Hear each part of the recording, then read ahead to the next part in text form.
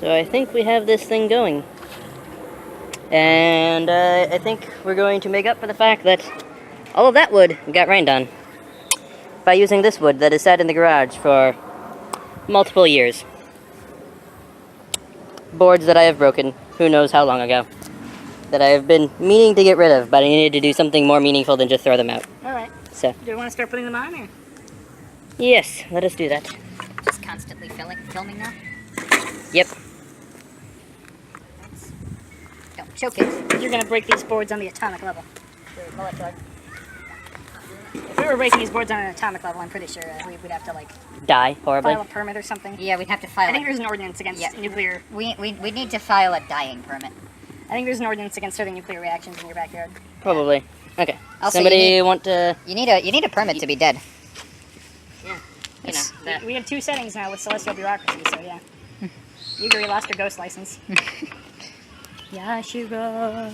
Yashiro. Grandma, what? I need to go to the DMV. I dropped my ghost license. Grandma, that doesn't make sense. No, I'm intangible.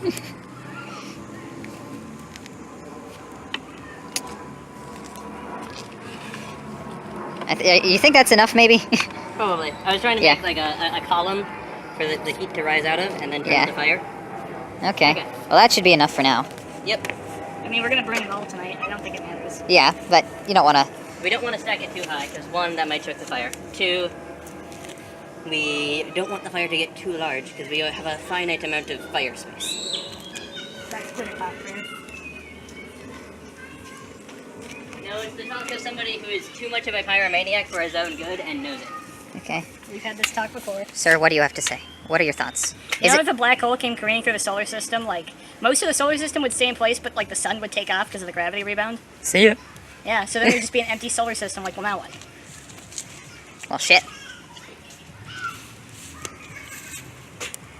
Look at it burn. I'm not sure what to look at right now. The fire. Okay.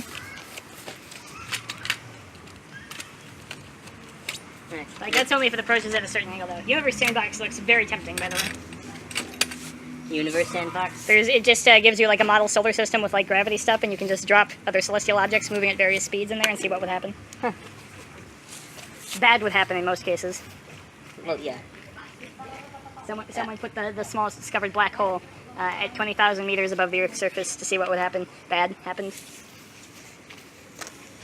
Yeah, I mean, one project that I really want to... I think would be really cool to have done, but I don't think I'm going to get around to doing it, is basically Google Maps for the galaxy. Like, just a simple and easy way of accessing all of the known stars in our galaxy. And like where they most are. of the galaxy was like basically unchartable because of gas clouds and like other brighter stars being in the way. Possibly, but like at least putting these locations of these stars we know about on a map so that we can look. There's like 300 billion stars in the galaxy. Yeah. Somewhere between 1 and 400 billion. Yeah, it's not something that like would be done by hand. It's something that you would find the database that astronomers keep all of their stars in, and then just use that. Is it alright if I go in and like grab a D&D book from your dad's collection, or just to read, sure. not to burn? I would ask him about it, but I don't think he has any problems with that, as long as you keep it sufficiently away from the fire. Oh, I'm so sorry, Grier. I put my finger in front of the camera. Your professional career is ruined. Oh no. It's going to completely ruin our production quality. I'm already getting bit.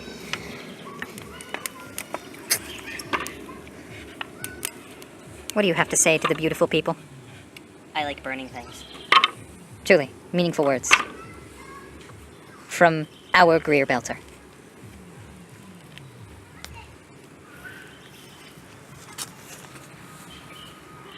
So am I just holding on this?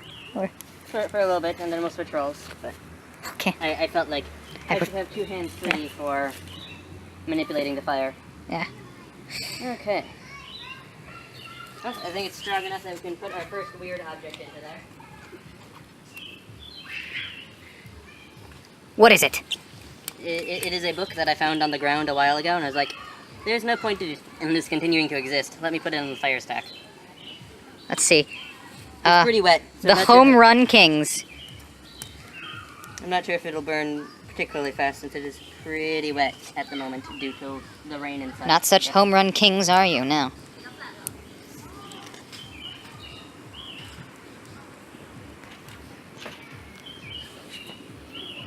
What a tragic. Yep. What are we burning? A book that I had found on the The ground Home Run a couple months Kings. ago. And I was like, I'm gonna add this to the fire stack so I can burn it when I next set things on fire. Grier, we've had our first book burning as a group. Yep. Yep.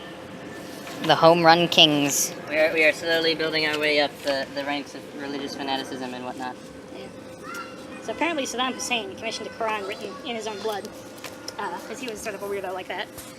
And now it's a major theological point of contention. Do we destroy that because it's, you know, sacrilege to write the Quran in something unclean like human blood? But it's also sacrilege to destroy a Quran.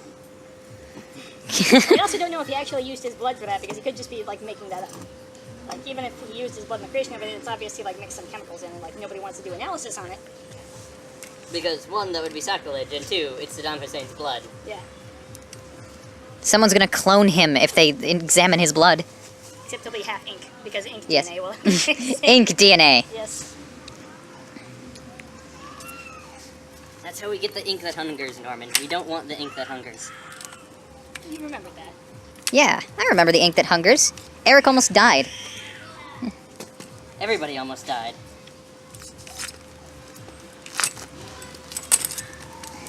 That was kind of like the first in our saga of all of our sessions end up in Japan. I thought we'd already established everything I run ends up in Japan. Like, for other reasons. Huh. That's the first one I remember. Okay. Okay. It's like, we'll get it out of the way. We'll just be in Japan. Ah, yeah. Well, the fire is definitely going. Okay. I'm gonna move my seat Okay. away from where the wind's blowing. And now we get a good view of John's dashing mug. Okay, let's see here. Do we want to start the hot dogs now, or...? I don't care. Sure. Okay. Okay, do we have a small table in here that we can set things up on? I know we need a one time.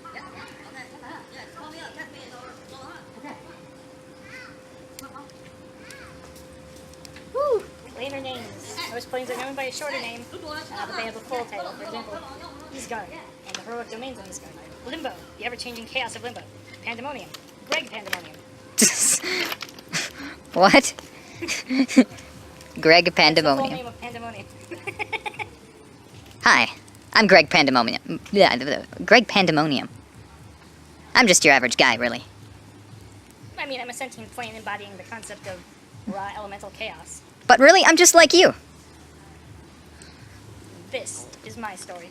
Ba-do-da-do-da-do. Bow-do-do-do.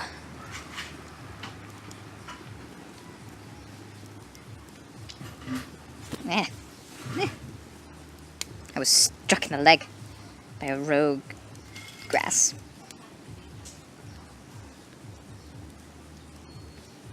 Oh man, there's a butt. A butt? A always neutral evil medium-sized undead. CR9, BHUT. The butt.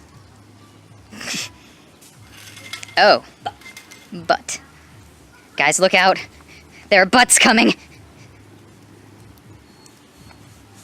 Butts. Monster man fail. So this is a beholder, is it? Yes, senor, it is a beholder. Really? Because it looks a lot more like a hen with a bunch of wands taped to it. That is because he is sleeping, senor. All his eyes are closed. Okay. Yeah. Welcome to Monster Man win.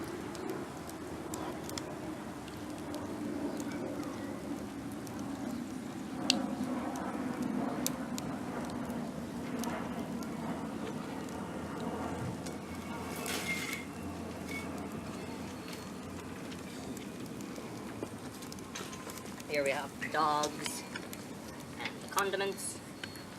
Someone else want to go with the camera? Because we passed the 12-minute mark.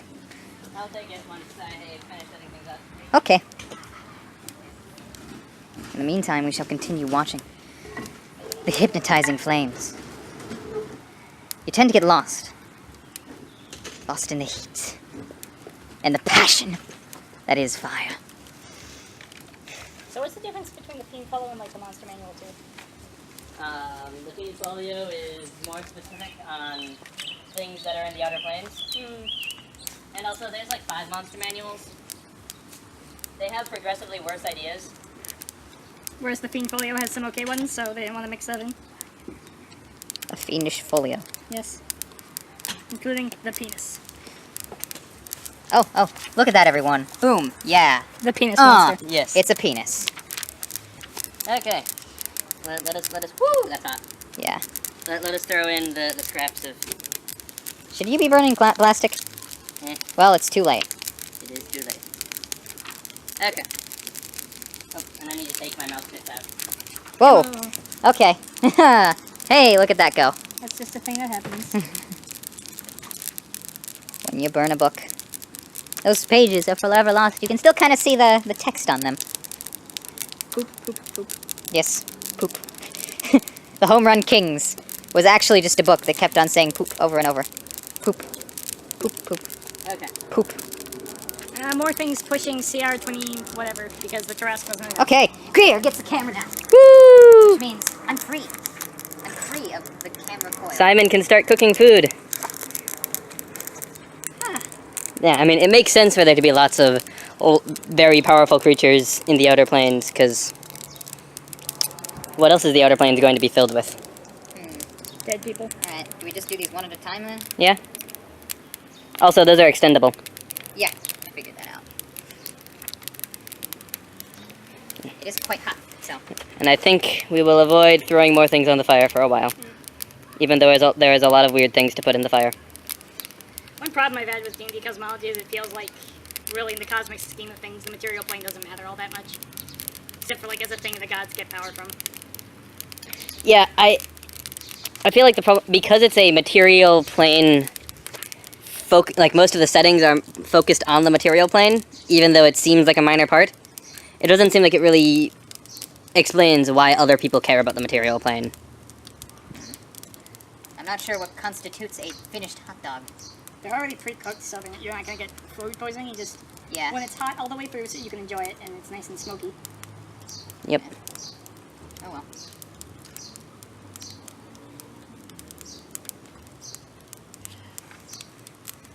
I think I'll know when to stop it from getting burnt. Like, I guess mortal people are the only ones who...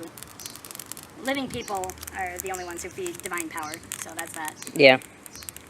Maybe the prime material plane, nothing important lives there cosmically, but it's so much bigger. But all the planes are infinite, Yeah. which was a bad decision. Yes.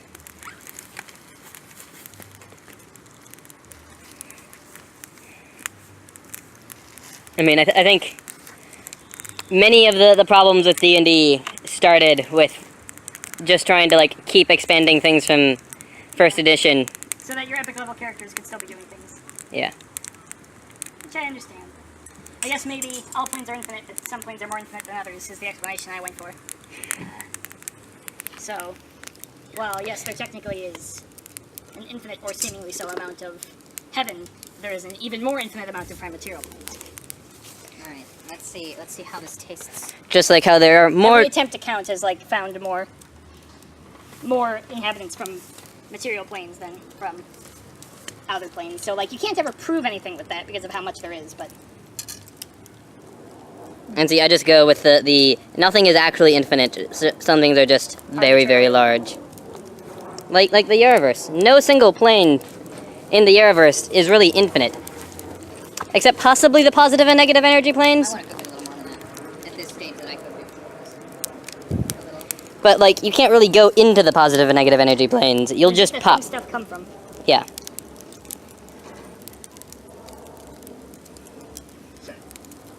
And, like, the material plane is bounded. Constantly growing, but bounded. And the other parts of the cosmology grow to accommodate the material plane. And the Far Realms is, like, theoretically infinite, but it only really exists in the parts that are actually bordering. It doesn't exist, it just doesn't do anything in the other parts of it. The Far Realms never exists, but the parts of it, the non-existing parts of it that are closest to the material plane do things. They pretend to exist. They pretend to do things. And sometimes they pretend so hard they start actually doing things, and you're like, wait, dang it. I'm a thing now. I don't want to stop being a thing. being problems. Hashtags being problems.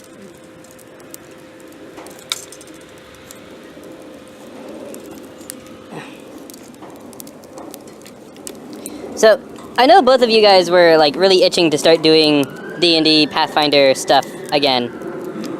What exactly is it that you guys like about the the D20 system that isn't present in other I guess just systems? there's such a wide array of things that you can do with it. So I guess it's It's not so very much open-ended, the I fact feel. that we're rolling 20-sided polyhedral dice. It's the focus on inventory management, how character growth depends more on smart decisions, not like the attempts to crack down on min-maxing in other systems to create more uniform levels of power kind of breaks the immersion for me, because I feel like if you cheat and are lucky and get good items, you should be a lot more powerful than someone of your experience point level. Mm-hmm. And like if that becomes a problem, the GM can always just throw higher CR monsters at you, and you keep getting bigger rewards, and like it doesn't stop being a challenge for a very long time. And, like, the feeling of growth is more better, and like Like, feels like more most systems are either the equivalent of like 1st through 5th power level, or the equivalent of. No. And unfortunately, some of the later self-reflective drits tends to come off more as like emo drits. Yeah. I'm a dark elf, and everyone loves me. All these girls like me, but then I'd have half dark elf children. That's too sad. I can't do that to someone.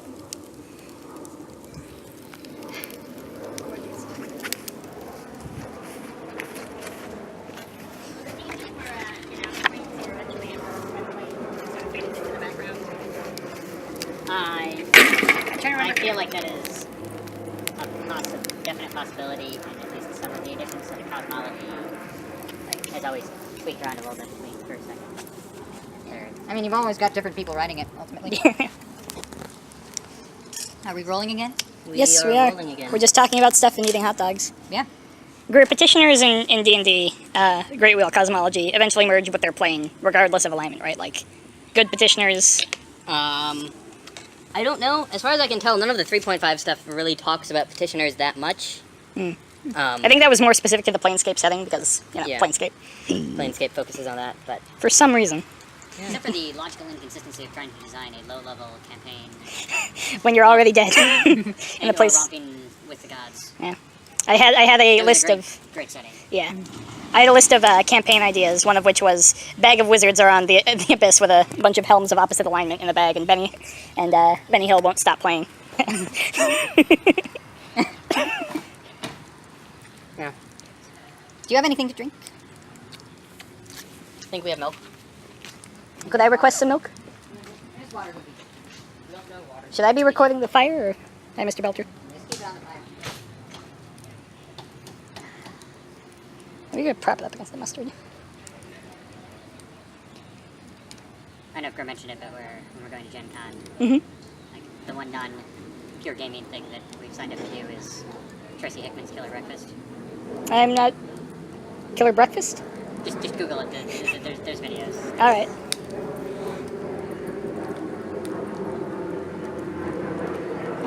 It is a thing to be done at least once in one's life. Mm-hmm. Oh shit, I'm back. Oh, yeah. Do you think we could prop this against the mustard or something? Because, like, if it's just going to be on the fire, then, like, we don't need someone holding it, right?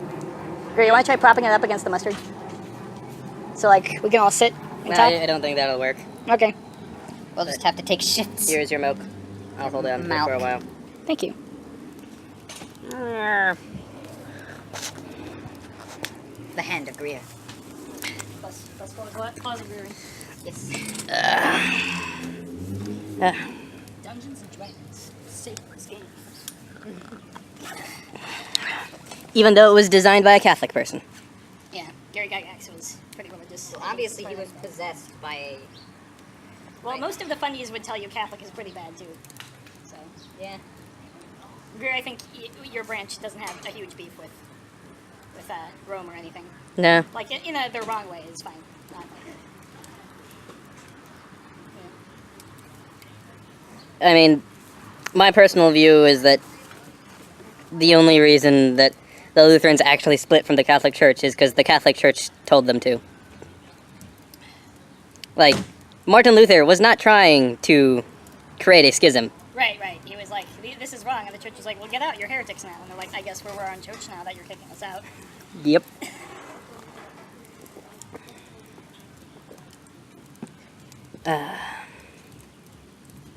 course, the Orthodox people are over there like, oh god. Look at what the Bishop of Rome is doing. What an idiot.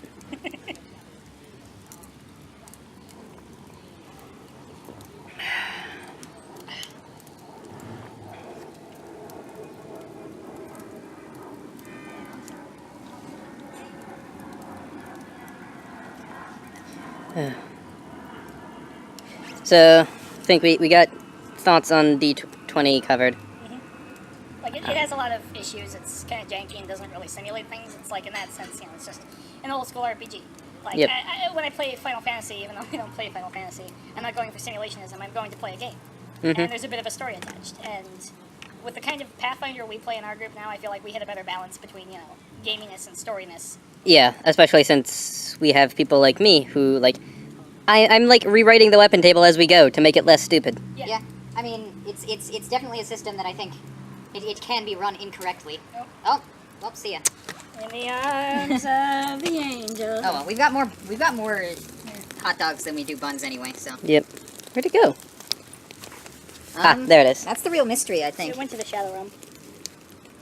I see it. I don't think the camera can see it, but it's underneath the boards that are not yet very It's weird burnt. with like how much this cut was bleeding. Like, I took the Band-Aid off because I was trying to get the bun out and I just couldn't navigate that.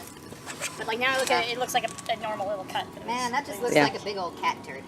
Maybe I've been seeing too many of those lately. Maybe. What with the cats? Yeah. It's like when I first got Crusader Kings, I would close my eyes and see maps. see the map. Okay, looks like I'm gonna have to move my chair again. Yeah.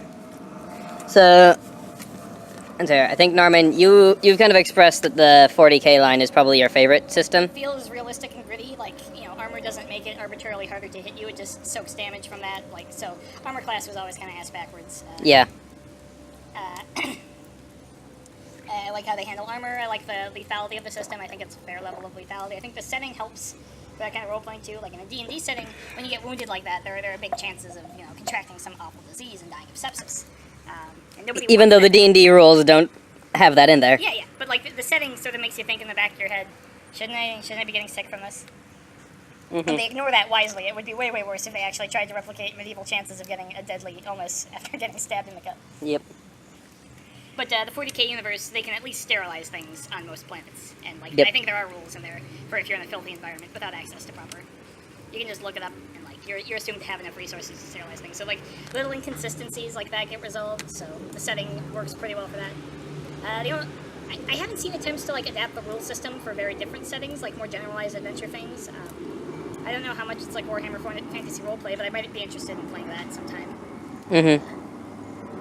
So really the biggest problem I have is that right now it's tied too closely to the 40k universe, which I like that universe a lot.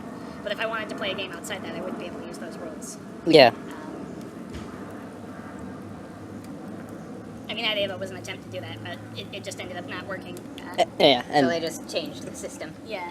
he wrote his own system, which you can tell is based off of many of the ideas of 40k, but is fundamentally very different.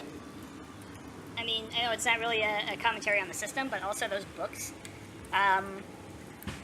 Most of the line is pretty good, but Dark Heresy 2nd Edition is one of the best looking game books I've ever bought. Like, it got me really into the setting. They are pretty sick book Yeah. covers.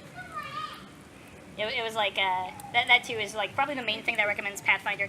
Pathfinder is better than D&D mechanically in every way, but what really sold me on moving over to the new system was, God, their art direction is so much better. Oh yeah. Yeah, there's like some covers on the D&D line that I just can't tell what it's even supposed to be. But Other than that, I think I've expressed my opinion on Fate. Yep. It's too whiffy. It's like, I can't immerse myself in the world because the sword I'm wielding, or like, you know, whatever artifact or item or thing I've worked to build, ultimately what it boils down to is a +5 on a roll, and I know that. It's like, it's super easy to like get your super awesome gadget, but all it is a +5 on an athletics test or a whatever test, and I just don't want to deal with that. yeah, it's 2 rules light. Yeah. It would be like if D20 only had swords that were +1, +2, +3, +4, +5. Like, Yeah. that, it would be so much more boring. Like- Spirit of the Century I can make work because to start with, you're already people who are sort of like made of plot, so that feels a little more justified. Like, Yeah. Centurions usually don't have an explicitly stated superpower, but even if they do, it's just like a consequence of their natural tendency to accumulate importance around them. Yep. That's just who they are in the lore, so that makes it work a little better. And then, like, as a GM, I can think more about logistical things. And if you guys are concerned about your characters, like, you want to like keep track of your character's empire and fortune and things, and like, or like long-term objectives, cool artifacts, things that go above and beyond what you get out of standard character progression, I can do that as your GM. And I like the Spirit of the Century setting enough to do that for you, but the rules aren't helping me a lot. Yeah. One thing to say about the Spirit of the Century book is it had a lot of good advice for jamming. Just like GMing in general? Yeah, like, don't let it stall, keep it, calm down, let it happen, kind of stuff. Yep. Pretty good?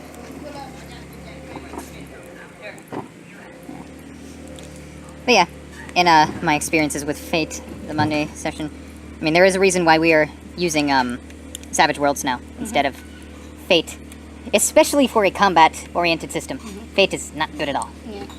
Savage Worlds, I have that book too. Like, it's also pretty rules. Like, does it feel like it handles combat better? Yeah, way better. Like, combat's actually pretty fun. The cool thing is that, it has those exploding dice. Yeah. Exploding dice are a lot of fun. And as player characters, you get an extra die that you can, like, choose from. Like, for every roll you get, you can also roll a d6. And if the d6 that you roll or explode is higher than what you rolled normally, you can use that instead of the normal. Yeah. So it gives the players a little more control over what direction the battle takes. Yeah, I've been having fun with it so far, although we haven't gotten that far in it. I believe Savage Worlds was also where Plaustrum Lubridium came from.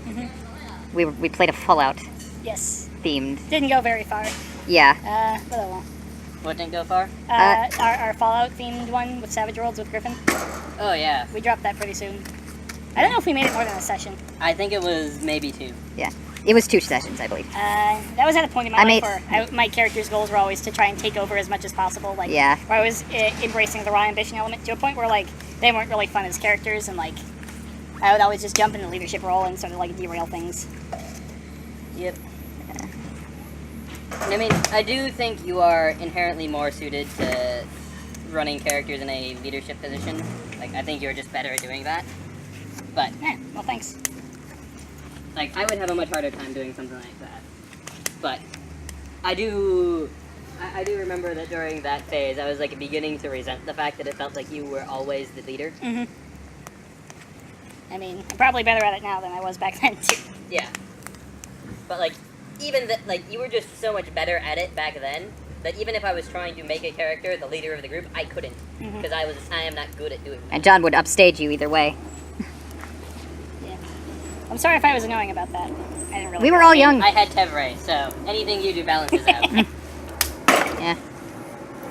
Like, I look back and I reflect, there were a lot of better ways to handle the annoyance that was Tevray, but, like, you just threw me for such a loop, I was, like, squabbling all over the place trying to, like, correct.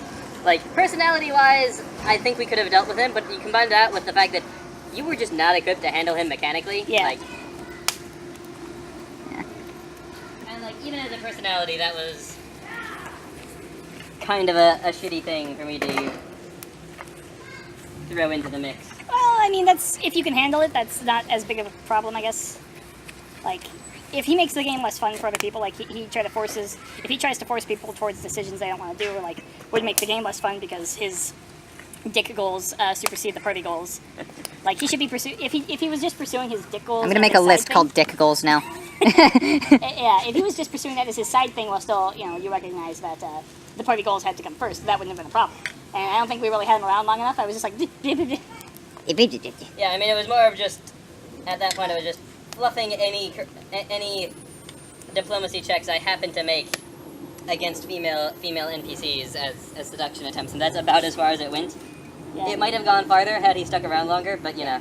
Like, that's something you're within your bounds as a player to do, and I as a GM just have to, like, present realistic challenges that would arise because of that.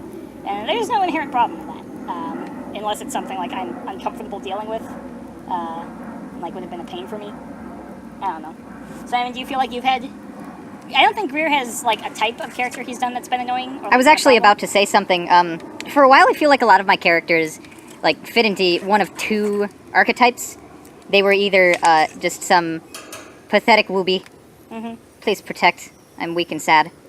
Either that, or they were somebody who just didn't really care a lot about what happened around them. Pretty self-driven people. You've got Group Veronica and Group Edwin. I never thought Veronica was that. Well, Veronica started to become the leader, so I guess what you're saying there is the way Veronica started. You think she was a pretty, like the way you were playing Veronica originally was kind of like a problem type of character. Now she's Yeah. she's basically the leader of the group. Yep. Pretty eccentric. Yes, but driven. Yeah. Originally, she didn't care about stuff. Yeah, I think Maxwell Temple was like my first break with that. Like my other Shadowrun characters were all a lot closer to the ambition model. Yeah. And Max was just like a guy who was just trying to get along, and I was like, this might be interesting. And because of that, I realized how far I'd been going in the other direction and how annoying that was getting. So. Yeah. I don't know Sorry. if anyone actually expressed annoyance, but in retrospect, I think that's what Griffin didn't like about why he kept switching, was he was hoping I would settle into something else. And I'd say I wish he just told me that that character type was getting annoying, but Yeah, I can't verify that younger, more immature me would have taken that well either, so maybe it's for And the I'm best. also not certain that. I mean, Griffin probably would be more likely to have consciously realized that was what was annoying him compared to me at that age. But like, I didn't consciously realize that like it was just the archetypes of characters you were playing. So like, For one reason or another, you were just annoyed. Yeah. You felt a sense of irritation you couldn't exactly place. To be fair to my past self, I think if you had also made an ambitious character, like, I would have worked to, like, sort of accommodate that, like, and it was sort of me operating in a vacuum. Like, the problem was not that I wasn't trying to make ambitious characters. It's that I couldn't. I was incapable of like properly doing that. Yeah. Saladria was supposed to be an ambitious character. She just ended up being an asshole. yeah.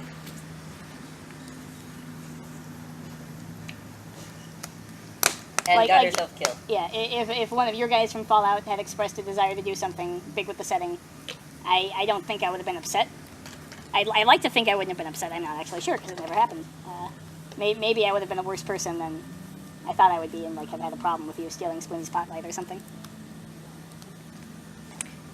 You know, I like how my character in that Savage Worlds Fallout game was, his name was a dick joke the whole time. A very stealthy dick joke. And that just never got addressed. We Really? just, What was the name? life went on. His full name was York Lawrence Hawk. But then you just take away his middle name. Your cock.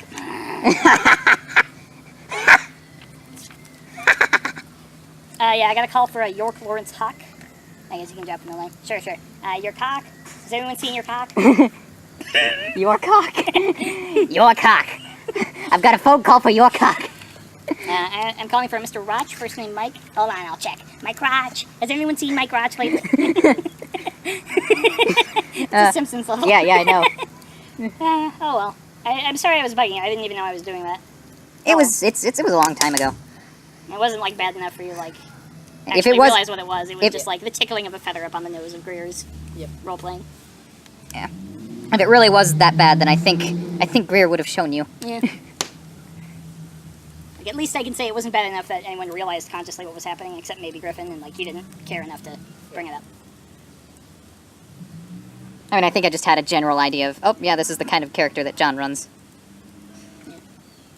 So Yeah, you I'm knew, trying to figure out so why, you but- understood what was going on, but you weren't really bothered by it. Not It's- really. Like that's just what John wants out of role playing. Mhm. There's nothing inherently wrong with that. You just have to do it considerately. Yeah. I'm trying to figure out how that didn't come to any sort of real head. I sort of realized when I was making the characters for Griffin's proposed Shadowrun campaign. Yeah. I'd made like the first three. One of them was just like a meaner version of like this typical take over the world one because I like Shadowrun, gritty. He wants to be a big, powerful crime guy, but that guy does not usually end up going on Shadowruns. So already there was that problem. So I would have gone the face again if I'd done that. And one of them was like a medical student who wanted like real practice in the field. One of them was just a dwarf with anger issues. She was very upset about everything in the Sixth World.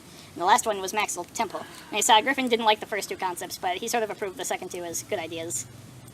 And eventually I went with Max, because like his like, he was designed to be calm and like he just gets his kicks from the driving. He's not a highly cerebral intellectual guy. And that was a very new thing. And like, I sort of realized halfway through the list that these were all the same, so I tried some new things. The last two were more as jokes, I thought. Like, to me, part of it was that the last two character concepts I came up with were, in my mind, the less serious ones. Like, I wasn't investing myself in the world as much. If I was going with those two. If I was trying to take over the world, I was invested in it. And, like, I wanted actual accomplishment there. Yeah. I guess that's just some kind of something that comes out of making a list of concepts. I think that was pretty important to making Max. Yeah, he was just You wanted to make very something different from the other ones. Yeah. And Griffin liked the last two for being refreshing. I think he liked the Angry Dwarf Girl idea more. But I ended up playing kind of soft-spoken, big guy. You know, the big, quiet, generally nice troll, but who would still crack down if he had to. And then when mechanically building him, I just left his lowest stat was will, so I'm like, what kind of person is this? Sort of soft-spoken, easily led, latches onto people he trusts, and, you know, doesn't have a strong sense of direction in the world. He just wants to be going somewhere. And that's how I sort of did that. And, like, in the course of playing that character, I realized I'd been playing one type way too much, and there were other ways to be invested in a game world than want to own it. Or want to seize control of it for...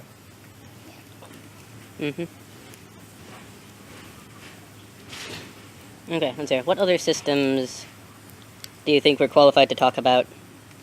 Shadowrun.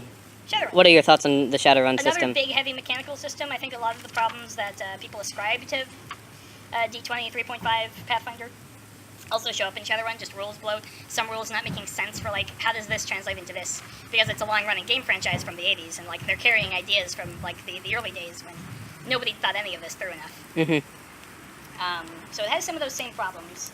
I like the setting. I've always been a big guy on the setting element of the game, and Shadowrun has a pretty solid setting. I'm not always into the Shadowrun setting, but when I am, I'm into it, and even when I'm not into it, I recognize it's a deep, complex setting that lets a lot happen. Even if the scale is less than, like, the 40k RPG system. I mean, yeah. Because 40k writers usually handle scale of that size by not actually giving it that much scale. It's the same amount of detail, except everywhere you would put 1,000 people, in an Earth-size setting, you put 1 billion people. With the same amount of overall complexity and diversity. Yeah. And that's sort of up to us as GMs to correct when we're playing the 40k thing, so we really feel how awesome it is to own an entire planet.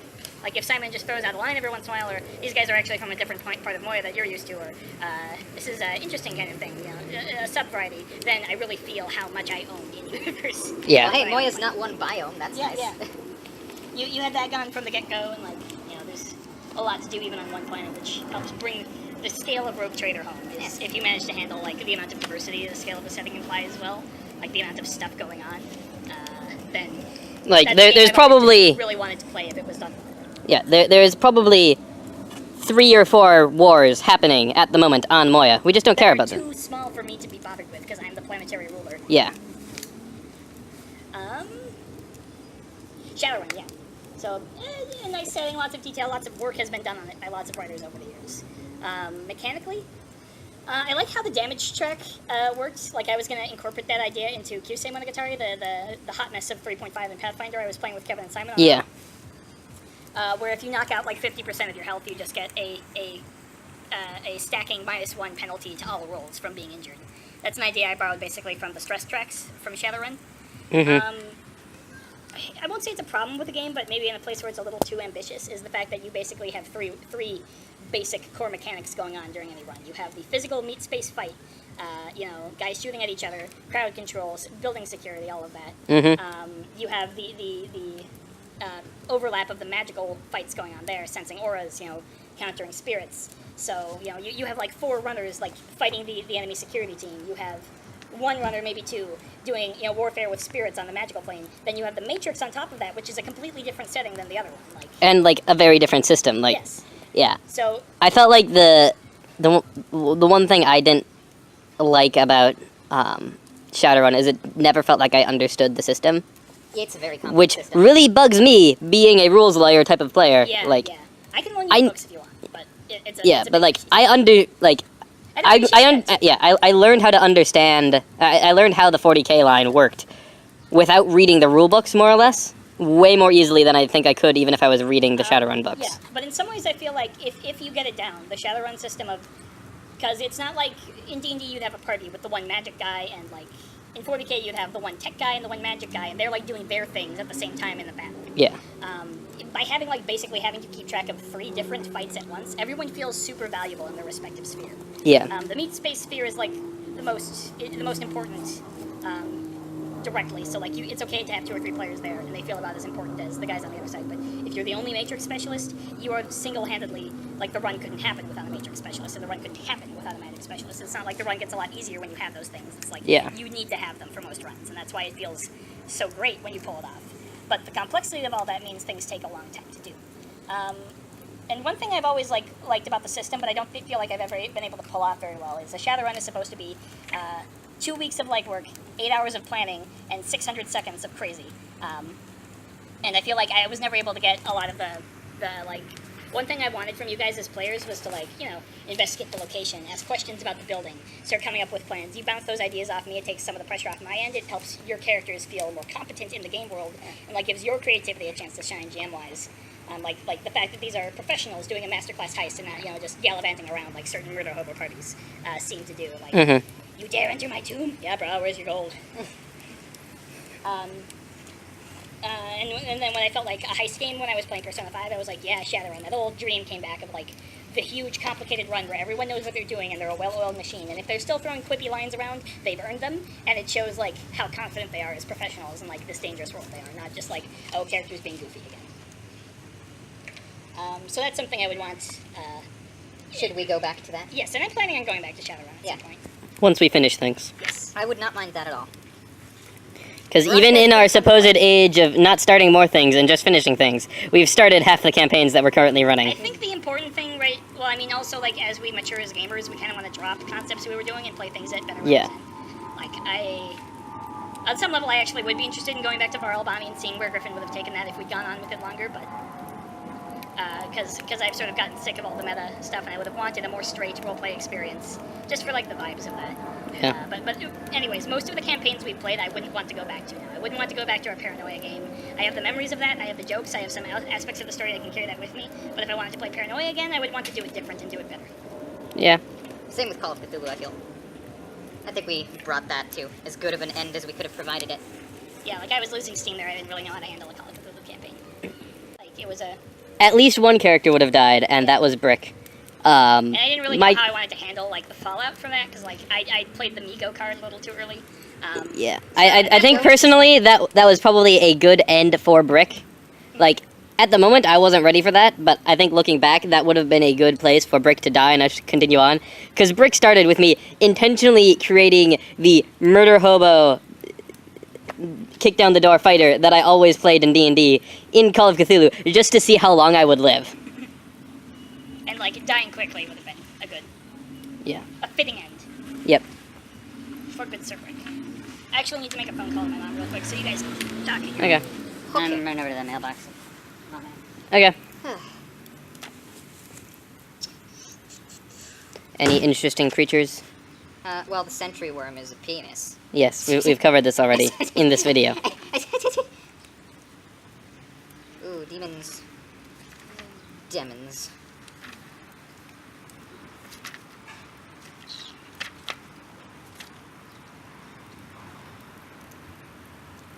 Hey, Mom. I'm just calling because I think I might have left you this really good. Yeah, I think I forgot. Yeah, I'm not at home, so I can't check for sure, but I think that happened, so I just wanted to let you know so you can grab it, so it's next. And then forgot it.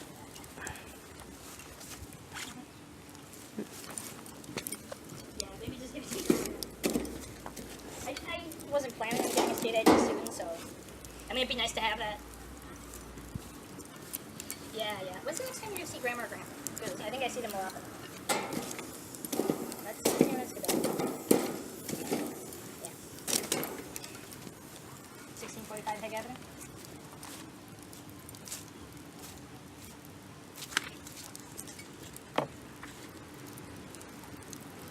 Mm-hmm.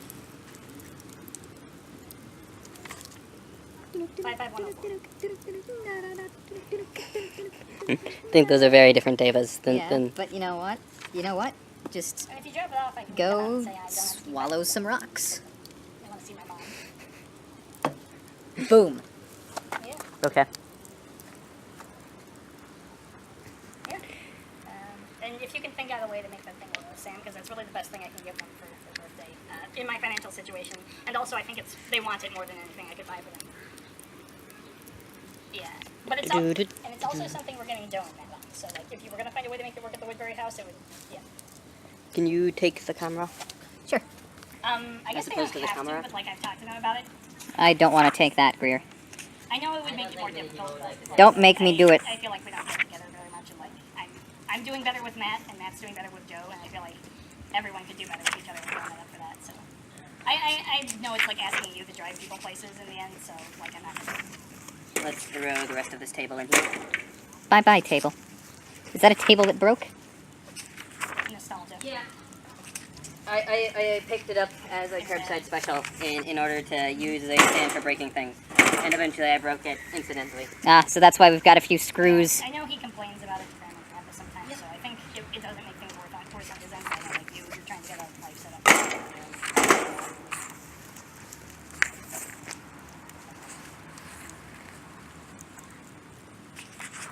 Alright, well, I mean, that's a conversation. That's a complicated conversation to be having. We don't need to do that. So just, I still feel like the Delaware house is the best bet for that kind of thing. Like, if you got over there and, you know, could still have fun over there, maybe that would help him not pine so much, but you're his mom, you also have respect. Okay. Now we'll let that stuff bake for a bit. What do you think I've been playing these nerd games for? I can bullshit now. Norman, you've always been able to bullshit. There's some bugs. Alright, well, that's all I wanted to talk to you That's about. what happens when you leave a piece of wood lying on the ground for weeks on end. The bugs try to get it. But now they're trapped. Alright. You're back! My mom gave me my birth certificate so I could go get a state ID, but I think I lost it. Left it in the car, so I just wanted to call her about that before I forgot again, and it disappeared into the ether. Oh, there are pill bugs in there. That's not gonna be fun. Swat those flies away from the dogs. Well, what's the problem with the pill bugs? They're in the fire. And Yeah. like, I'm gonna have to make sure not to pay too close attention to that, because one of them just fell in. got empathy for the little bastard. Okay, what were we talking about? Let's see here. Finished talking about Shadowrun. So yeah, it can be a bit rules heavy, and the rules can be jank in the same way that D&D rules can. Not as bad, I don't think. It's a setting that takes a lot of work on both ends. Yeah, the setting is complicated. Running a successful run, like the intended way the game is supposed to play, is complicated more so than like a dungeon crawl. But it is satisfying when you Yeah. get it right. Yeah. Yeah, because I think saying it's more complicated on both ends is pretty accurate. Because I'm assuming it's way more complicated for a GM than it is for the players. I have to think of matrix security and Yeah, magic security but, and like, physical security. It felt boards. almost as complicated to be a player in Shadowrun than to be a GM in Pathfinder. Like the Dorks campaign, I felt like I had an easier time running than I did playing Shadowrun. Yeah. So Shadowrun is more investment, more reward, I feel, and that's like the problem with Fate is there's not that much I can invest into the rules. Yeah. So everything I invest is just purely from a story and playing perspective, and at that point, that's not a recommendation for Fate. If I have a good time with like what I invest into the story in Fate, then that's something I could do with like just us sitting around describing. So there's this elf, and he's going. Dad? He went to drop a letter off at the post office, or post box. Oh, okay. I was just wondering because the car was here, but he wasn't. Yep. Got abducted by aliens. Again. I guess mean- it's what he always wanted. I mean, I'm pretty sure he does that, like he meets up with them frequently. Mr. Belter is trying Breaks to be a bread. mad genius in real life, I'm sure. He would tell us in class sometimes. Yeah, I've seriously considered like hooking up something to synchronize with like the pounding beast baits in cars as they drive by my house, so I can overload them and make them blow out. Because A, they're gonna have a hard time proving it was me, and B, even if they do prove it was me, what are they gonna do? Send me to jail? All I did was playing bass really loud. Even if they did send me to jail, that's like free meals and a free house. I could deal with that. What a guy. I'm gonna use your dad as like a parallel version of him, as a villain in something. I mean, you remember, I think it was senior year, when for Dress It Like Your Parents' Day, I just borrowed my dad's evil wizard costume, and everyone, like half of Nova, just immediately realized that I was dressing up as Mr. Belter as an evil wizard. And the other half got it as soon as I explained it to them. Maybe it's for the best that we live in a world where magic isn't real, because I'm pretty sure your dad would have hexed me or something in biology class. Mr. Norman, what are you talking about back there? Just kidding, I don't care. So class, we're going to learn about frogs today, and Mr. Norman has volunteered. Which is the kind of thing I guess I would aspire to do as well.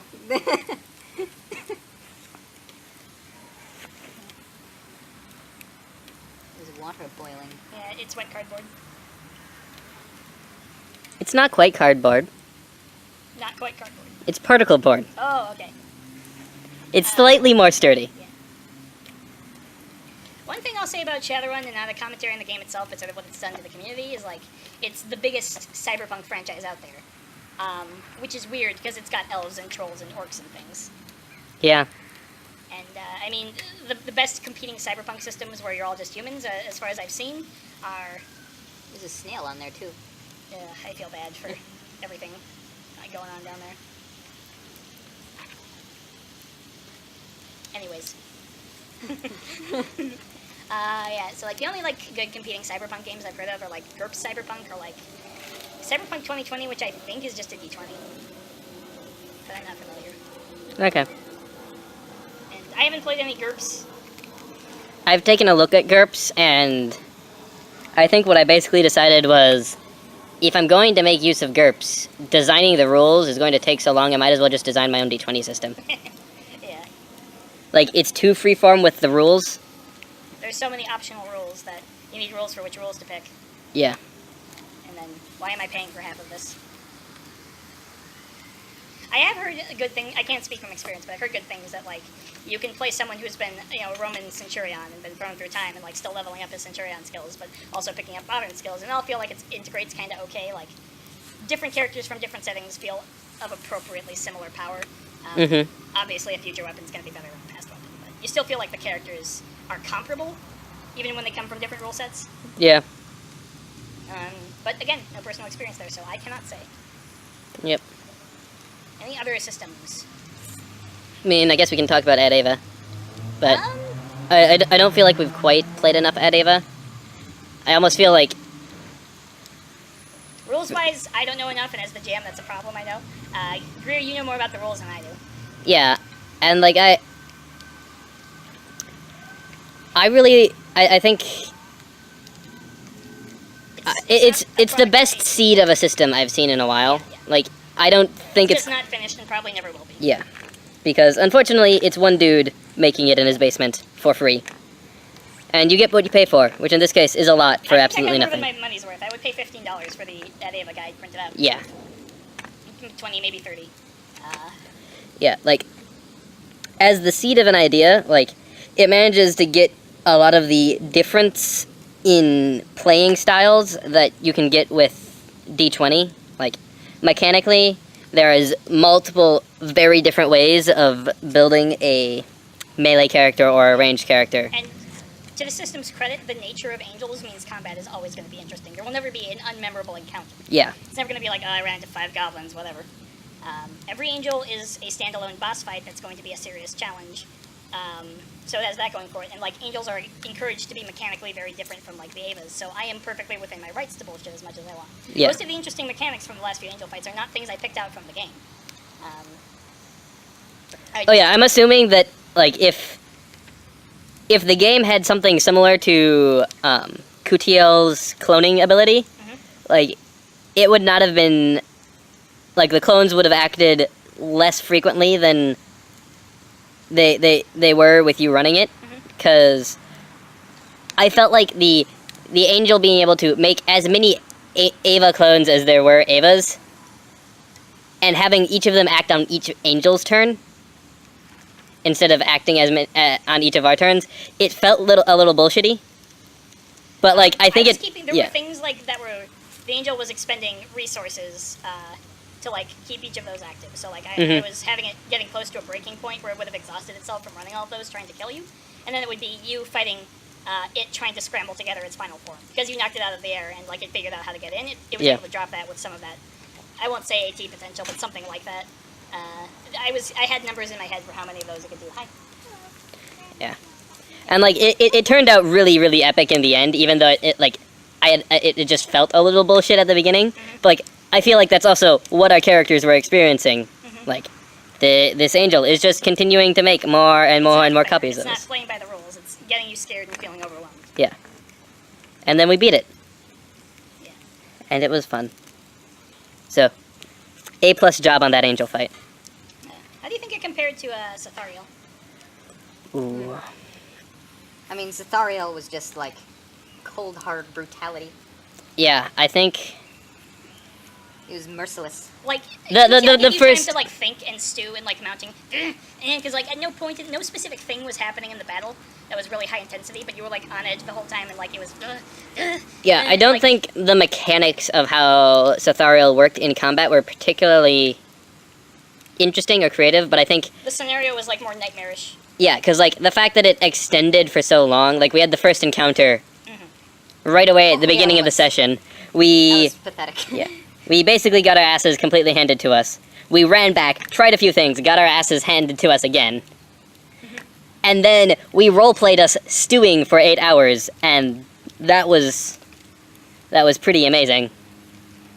And then we reached the actual mechanics part, and like you weren't intending this at all, but the fact that Vigil loses his arm as before we even find the angel, like that made that combat so much more interesting because of the fact that I feel like we started off. Yeah, for I the think part of my goal for like going down there was mounting intensity to like a horrible but quick battle. Yeah. And do you feel like that worked? Yeah, I think it might have dragged on longer than you were intending, but I didn't find a particular problem with the final battle taking so long. Because it definitely felt. Cesario, I feel, was just kind of a wake-up call from how easy of a break we got with Cochleal, Cochleal. I had designed to be like, he's just there to like make sure you all know the mechanics. Well, this is our practice run. Angels are big, they are weird, they can potentially pose a threat, but Yep. the fight itself wasn't meant to do anything bad to you guys. Yeah. Cesario was the first real fight. There's a mechanic for like determining like how many points you get to spend on angel power that is semi-randomized. Mm-hmm. So in general, you should expect later angels to be more powerful, but it can still vary a lot. You can get surprised. You can get a sort of a breather battle later in the series. And- Breather? Well, like Hey, Ariel I rolled high, I think. I gave it more power than, like, if you'd done a straight progression, Cesario was a spike. Like, he was supposed to be harder than Cochleal, but he ended up being a lot more harder than, you know. And what about Kutiel? Where did? I didn't roll for Kutiel. Like, the concept I had for it was, like, so hard to figure out how I would make that work in the rules. I was like, okay, I'm just gonna have to Yeah. hope I don't kill you guys with this. Or, well, I don't care. Hope, maybe. I can break you in many ways before actually killing you. Taking you out of the fight really shouldn't involve pilot death. It should involve pilot injury or, like, you know, pilot melting. Non-lethal pilot melting. Yep. I think I'm going to roll for the next one. So I'll be trying to use that system more, and I'll see if Copsiel ends up being better or worse for it. Yeah. Yeah. It's in an unfinished state, so you don't feel bad for, like, disregarding certain rules or, like, playing with things or coming up with stuff yourself, because you're supposed to. It's not done yet. Yeah. The GM guide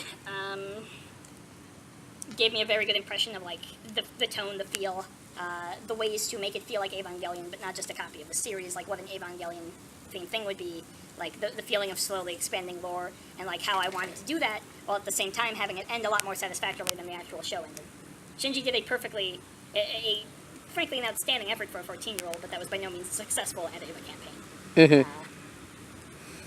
We could very easily not have a successful Yes, Ad Eva yes, campaign, and yes. Vigil is walking into this with the intent of trying his hardest to get everything to work right. But, you know, he doesn't know what right is, Vigil so... was raised in a lot better environment than Shinji, so he probably has a better chance of like being able to act in his own best interest and the best interest of the human race. Yeah.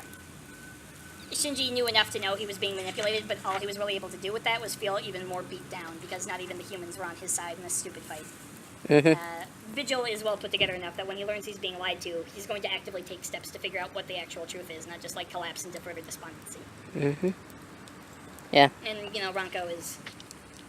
I don't think she... Does Ranko have any opinions like she has to figure things out, or... I know she resents Nerd for putting her in this position. Yeah, I know. How much does she suspect is actually going on, and how important does she think to figure that out? It is to figure She that out. definitely wants to figure things out eventually. Especially if her friends' lives are on the line. Marshmallows. Yeah, I think Ad Eva... From a GMing standpoint, like the advice and the ideas they give you to help create your own Ava-style game with lore and like get the real feeling of what lured you into trying to figure out the mysteries of the show, and like capturing the feel of Evangelion, it does a spectacular job. Mechanically, it's weak, but you know it was one guy making it by himself. Of course, it was going to be. It was always going to be weak. It's ignited. Just blow on it really hard. It's too late now. That's how I always cooked my marshmallows, because I was too lazy. I was too late. Yeah, I think, like, I think it needs more fleshing out, but the basic mechanics are really, really strong in my opinion. Yeah. And I really, besides the fact that it is fundamentally unfinished due to being the product of one dude in his basement. The biggest things I could think of are like when sync ratio changes in battle. I'm always like a little worried. You know, I know this probably doesn't put him over the threshold for like I have to recalculate strain threshold and AT potential and stuff, and that like should be an important part of like the It needs a GM screen. Yeah. There's just enough stuff that should be put on a GM screen that it should have a GM screen. Yeah. But Or at least have the tables in the combat section for how like things like that will change a synchronization ratio. yeah. Yeah.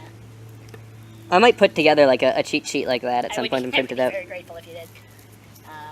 And like you're planning on running the game yourself one day. Yeah. I'm not sure if I'm gonna go all the way through with this, but I'm kind of thinking, since I'm planning on running it being a Lovecraftian mythos-based one, like running 2 games at once, one of them being an Ad Ava campaign, and the other one being a Call of Cthulhu campaign, where you're Nerve personnel There's trying to find the Are you familiar with Delta Green? That's vaguely. That's like a tool book or something to be used with the Call of Cthulhu rules, I think. But the basic idea is you're agents in like the SCP Foundation or something. You know, you're like covert operatives who have to deal with Cthulhu type stuff. It's like basically its own setting thing. Instead of amateurs who stumble upon something, you're part of some organization that recognizes this stuff happen and have to crack down hard on it. So higher success rate, which just means you have a longer career to slowly lose yourself to insanity and alcoholism before you eventually snap. Yep. As opposed to British explorer gentleman who finds a shut-off in his closet and loses it. So you might just want to like look into that for that thing. Yeah. That's kind of cool. You're the Black Ops, you're the Men in Black, and not even in a fun Will Smith kind of way. Like, you are doing a very important job, but fundamentally, the rest of the world won't know about all of the important shit you did. They'll just know that the pilots murdered the things, eventually. And like their job is probably more important, cosmically speaking, but you as adults are the best ones equipped to do this job. Yep. So yeah, Delta Green, keep that in mind maybe. I hadn't even thought about that, because I know I had seen stuff about Delta Green at some point, but it's so far out of my memory that I had forgotten about it. Yeah. Well, I guess that brings up the next rule system for us to talk about, Call of Cthulhu. It's been a while. I know it was like the Lovecraft application of the basic universal role-playing system, like another, you know, Yeah. and I don't really remember that much about it. Yeah, I felt like it was...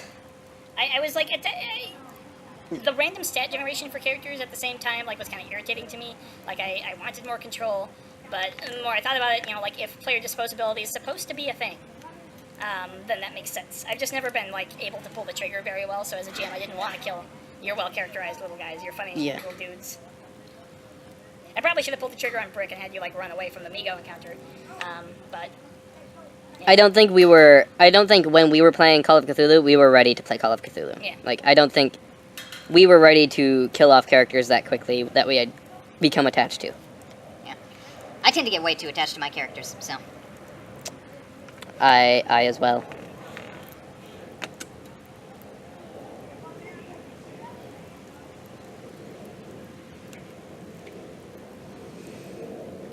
Yeah,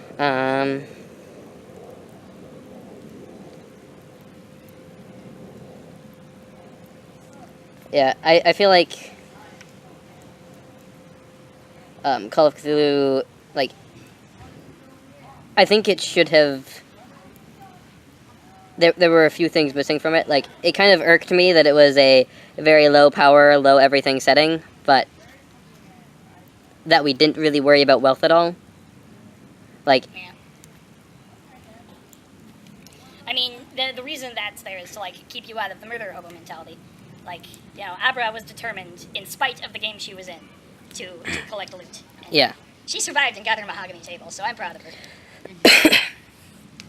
Wasn't it Brick's mahogany table? Didn't she just sort of, like, take over Brick's office after he moved out? They found it in a haunted house. Abra had some money from her parents, actually. She Okay. was, yeah. I actually still really like her as a character. So the spunky, rich kid who's still determined to do something crazy with her life and finds more crazy than she'd ever hoped to deal with. And like, coming from a position of privilege, but like determined to make it on her own enough that she would steal a mahogany table from a house she was exercising. I'm gonna go back to acquiring sustenance. Okay. Norman, can you hold the camera? I am eating way too many marshmallows. I'm sorry. It's fine. I mean, I guess I can't say if it's fine, but I feel like it's fine. It's fine. Okay. Does one of you want to have a go at the marshmallow machine? I actually don't like things that sweet anymore. I've come to the sad realization I'm an adult. I don't like cake. I don't like marshmallows. On a s'more, a marshmallow is fantastic, but just a straight marshmallow, I can't handle that. Yeah, I haven't been a big fan of just marshmallows on their own for a while. Usually I'm not, but I guess I just really want some sugar right now. It's weird that I've developed this kind of pure sugar version, but I still drink Coke. Coke doesn't taste like pure sugar, though. I do not like Coke.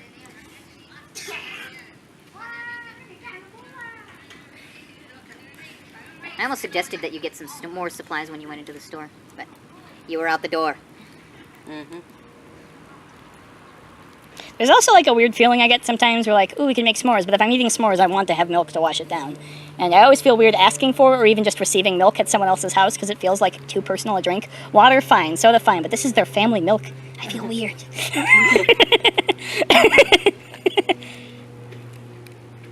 My immediate reaction I feel like I'm crossing a line. Like, my immediate reaction is, Norman, that's stupid. But then, like, I've never asked you guys for milk. Like, yeah, I think the simple fact that milk is not a thing commonly served at parties means it's never gotten associated in my mind as something that I... Water is obvious. It's free no matter where. You just pour a glass. It's not something to think about. But if I told you you could have anything in the fridge, and you saw a carton of milk in there, even if you wanted milk, you probably wouldn't go for it, right? Right. And I think that's purely due to the fact that, like, it's not a common party food. Like, Yeah. soda, yeah, I'll drink. If people say you can have anything in the fridge and there's soda in the fridge, I will take the soda because, like, that is firmly entrenched as a thing that one drinks at other humans' houses. I love this RPG discussion. Okay, so yeah, it's Call of Cthulhu. No one ever went insane in Call of Cthulhu. I don't think we're qualified to talk about Call of Cthulhu because none of our characters went insane. We didn't play it long enough. Yeah. Mainly because we weren't quite ready to play it yet. Yeah, we just knew the cool kids liked tentacles, so there we went. Oh well. I mean, I'm thinking about maybe trying to run one, so maybe I could have a go at that. I wouldn't have any characters to be too afraid to kill. Yeah. Yeah. I mean, speaking personally, I don't know if I want to play a cosmic horror game because role-playing as some guy with, like, that older outlook on the universe where humans are good, great, the centerpiece of creation. We're fundamentally going up, nothing better than humans and what humans have wrought, and we are going to just keep advancing into the future unheeded. That fundamental optimism and progress, and then hit with a giant wall of there are much, much bigger things than you out there. They're way further ahead. You'll get you're likely to get stepped on at every stage in the process, and if you win, you'll end up like Cthulhu. And like the ultimate big guy out there is just screaming, angry, bubbling madness. Like, role-playing that kind of character would probably bum me out more than anything. Like, I can't get scared in a cosmic horror situation. Yeah, I've kind of had a feeling for a while that, like, Lovecraft is kind of outdated. One, because I just can't buy the idea of a physical creature withstanding a nuke. Yeah. Cthulhu is scary on a personal level. Like, But I they can't killed fight him. anything against ends Cthulhu, with but them I crashing can't a buy boat. that They humanity killed him by can't ramming a boat into him, though. But that's Yeah. just a boat. Like, I can't buy the idea of Cthulhu taking over the world and us not being able to just drop an atomic bomb on him and neutralizing him, at least for a very long time. That's why Atomic Age Cthulhu is special. Simon's got that supplement for it. I think that actually adds a lot to it. I'm actually thinking of running, because when you think about that, like, oh yeah, they're probably going to drop on a nuke on him, but how far is that going to go? Yeah, like the fact that humanity has started to escalate to a level that can touch old ones is in itself a kind of muted horror. The realization we're doing terrible, terrible things to the universe. We are making matter rip itself apart for our own survival. Like the reflection that this is the same path the Migo and the old ones and everyone else has gone down. And even if humanity survives, it's just going to become a part of everything we feared and hated. Like, that itself is like a special psychological nuance to it that I appreciate. And also there's the fact that Nyarlathotep could probably take a nuke. He is way far above Cthulhu. And, you know... Yeah. But the part of... And even, like... Nyarlathotep isn't really physical. Like, my understanding is he manifests physically, but, like... He's playing by magic rules, and magical rules are just general laws of existence that don't apply very often on Earth because That's an interesting thing about the Lovecraft. The laws of nature are not the same throughout the entire physical universe, and like, oh, I got my finger in the way. But yeah, like the other thing is that I'm not optimistic about humanity enough to like be shocked. I've had my bubble popped before, and it was a very, very sad thing to realize I'm part of a fundamentally indifferent universe. Like, when I was religious and approaching that, I had the buffer of like, well, God's still on top, but like not religious anymore. It just kind of hurts to look at that. So. Yeah. And that's getting weirdly personal, I know, but that's just something that's affecting my... Call of Cthulhu is a game about personal philosophy against a wider universe, so it's kind of hard to talk about it without talking about your own personal stuff. Yeah, and like, in my head, like, humanity are the biggest screw-ups around, so like, if we're getting trounced on by cosmic entities that don't care about us, okay, so what? We kind of fucking deserve it. And, good will triumph in the end, and like, you've sort of got a buffer in that. The universe is most fundamentally run by Mesopotamian cowman. I interrupted my sentence, but I decided it flows better. So the universe is fundamentally run by Mesopotamian cowman, and therefore, even if the old ones and Azathoth win the physical universe, they're not going to destroy what matters cosmically. So on your level, you've got that buffer. On my level, like, I've gone through this before. I don't like it, and like just personifying the big uncaringness in the universe as a tentacle monster is just. Yeah. Simon, how do you feel about it? But like, Grier has like a fundamentally different perception of the universe, which means that he's not going to be as deeply wounded by like the sort of philosophy, the philosophical implications of Cthulhu existing. Like a lot of what packed the punch for Lovecraft was the popping of a bubble. yeah. Okay. Grier's bubble is not one that can be popped by that, at least, or like it's either not a bubble from Grier's perspective or from my perspective. It's an intelligently made bubble that is well thought out and has not the kinds of inconsistencies that it could be popped by just seeing a big angry squid. Yes. Yeah. And that's a high compliment, Grier, even if it sounds weird. I already myself popped all of the bits of the bubble that could have been popped by Angry Squid Man. Yes. And Simon, I think you were sort of like raised with... You weren't raised religious, and you were sort of No. raised with an understanding that humans are small parts of a wider universe. Yep. So I guess like the pure scary element of it could work better for you than for any of us. But like for me, it's just like, I don't want to die. Napoleon's dead, and I'm never going to ask him what it was like to be Napoleon. And Grier's like, that is a big squid. Yep. And I'm like, yowza! Yeah. So here. So.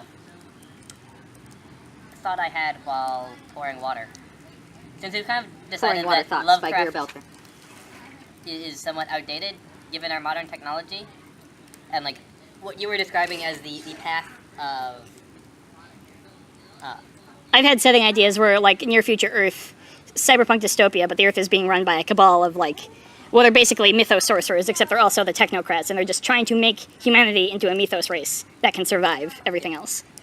And, like, that would be the setting. which is basically Cthulhu tech, as I understand it. Yeah. But I was also thinking, is the 40K RPG basically the modernized version of Lovecraft? Yeah. Like it's like humans did survive. They did overcome. And then they took over the galaxy. But like Fucked Was it it up worth anyways. Yeah. In a world where their hubris just comes back to bite them, and, like, the Eldar were brought down by their success, and the humans were brought down by their success, probably. We don't know that much about the Dark Age of technology. and like the fact that like it gets around the fact that I can't buy Cthulhu being impervious to nukes by going with the setting is so vast that the nuke doesn't matter. Yeah. The greater cosmic entity, and really, like, the Chaos Gods aren't discrete entities. It's They're a inappropriate to packet of- describe whatever sort of consciousness equivalent they have as, like, a person. Definitely. They're giant storms of anger and ambition, and, like, the things that would comprise a mind on your level are cells in the body that is them. So yeah, you can blow up Cthulhu. Congratulations, you. Cthulhu was small fries. Yes, Cthulhu was a lymphatocyte in the. Oh fuck, that is Zinch. I guess that's part of it. I think 40K's notes that it tries to hit aren't so much cosmic. It incorporates cosmic horror as part of its setting. I don't think cosmic horror isn't its idea. Yeah. So it can't really be the modern equivalent of Lovecraft, because I think Lovecraft's thing was he just introduced something new. There's never going to be an inventor of cosmic horror after Lovecraft. Yeah. You could argue it's the best the best use of cosmic horror since Lovecraft, Yeah. or like the best current use of cosmic horror. But 40K's core thing, I think, is like high drama soap opera stuff, like big tragic decline and fall of an empire rotting from within, betrayal of father and son, just everything slowly falling, a grand collapse of an entire civilization. A Greek That is tragedy. so large that Yes. its collapse has taken longer than the entirety of human civilization up Mm-hmm. into our modern day. Yes, a big, majestic fuck up. That I think is the core of high drama betrayal, the decline of an empire. And then within that, like just within like the broad strokes of the setting, there's room for hope and stuff in like tiny crevices and things. And that's where the scale is its biggest asset, because even when I'm not in the mood for the big grand sweep of the tragic tale of the galaxy, I can still have hope for the Scanna dynasty. I can still have hope that some Forge World is going to hold out and start inventing things again, and like at least on that Forge World, things will get better. Yeah. So I don't have to immerse myself in it, which is why I think it's a good setting for a role-playing game. Dark Heresy, your state security, you're fighting to stave off the end and maybe make sure there's going to be a few pockets. Like, you have the impossible task of staving off the end, which, you still accomplish as long as the campaign runs. But also, like, one thing is that there can be still pockets that will survive after it. The Eldar survived their fall in some respects, and I think that every victory you guys have as an inquisitorial acolyte will also, like, help preserve some aspect of humanity through whatever comes at the end of the 41st millennia. Like, Frank has specific contingency plans. He is not going to forsake, he is not going to be lax in his duty to protect humanity just to indulge his arrogance that the Imperium will survive. He knows that isn't a sure thing.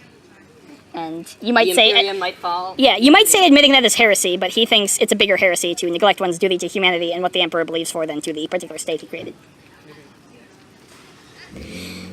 I know I sort of started Frank as a joke, like the one, like, calm Inquisitor when everyone else at the end of the 41st millennia is a frothing, firebrand or delightfully, or just completely corrupt comically so, but he's a more complex character, and I hope to show you guys that sometime, but... Yeah. Once we Frank. once we finish things and move back to Yeah. our characters. Cube of wood. The Cube of Wood. Maybe when you have fewer games on your hands. Yes.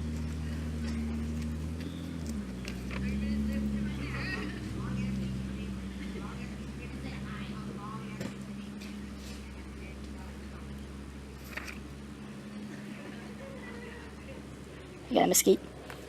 Yeah. Piece of shit. Mosquitoes are very fond of just biting me. The next weird item we're going to burn is some like meat gold bread. Simon, can I hand the thing off to you? And... Sure. Like what other this ones? bread is hard enough I could kill someone with it. I told you about dwarf bread, right? From Terry Pratchett's Discworld. Fantastic series. Everyone should watch it. Read it. Yeah.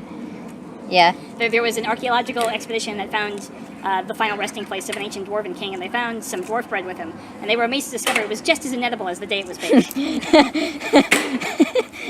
Dwarf bread is the best equipment to bring into battle, because once you're done killing everyone, then you have your combat rations.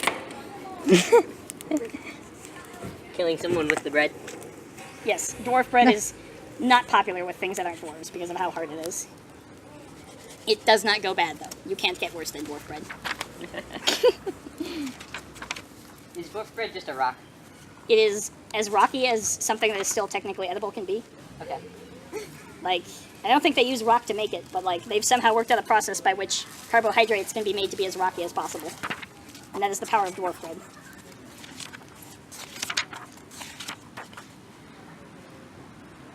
Okay, that's it. Are there any other RPGs that we should talk about? We've done some stuff for Feng Shui. Haven't done anything with it mechanically. It looks like more of a rules light system, but I'm not really able to judge at this point. I'll say for the setting, I like the idea that there's a 80s action movie RPG, more specifically Hong Kong cinema. And I sort of like the setting they've come up with to explain things. That's all I can say about that, really. Yeah, I don't think there is much more we're qualified to talk about on this at this point. So. Traveler? Unknown Armies? I don't feel It's like been a while I've since we've done that. I don't feel like I ever played enough Traveler to really get a good sense of the mechanics. Traveler's mechanics do a serviceable job. I didn't see anything that stood out like, oh, that's going to work so well.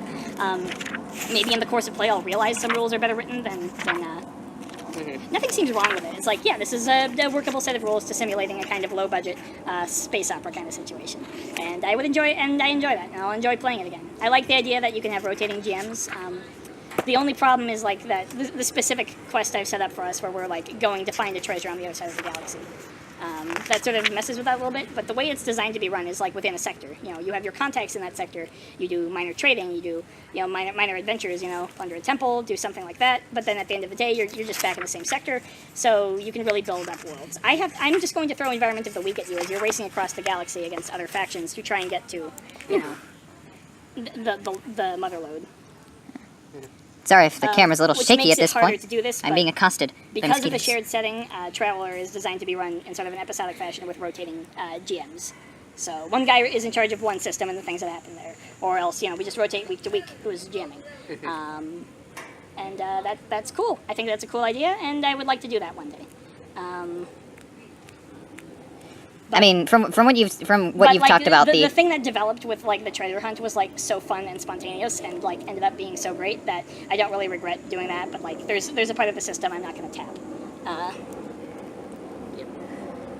And you know, I'm just going to deal with that. you have said that you do not like the space setting for Traveler very much. Right. Traveler is not a universalist system. It's designed to be a universalist space opera system.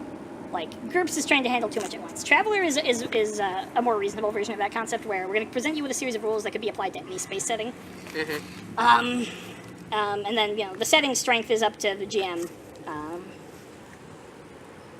Because, like, I don't think I could play Legend of the Five Rings or Exalted without using their settings, or the 40k RPG line without using the 40k RPG lines. You know, the 40k galaxy. And like D&D is fairly loose, but like you can't. There are change... still enough assumptions about like things. Like the mechanics of like spellcasters fundamentally dictate how a. They imply lots of things about planar cosmology. You better have a good way to work out.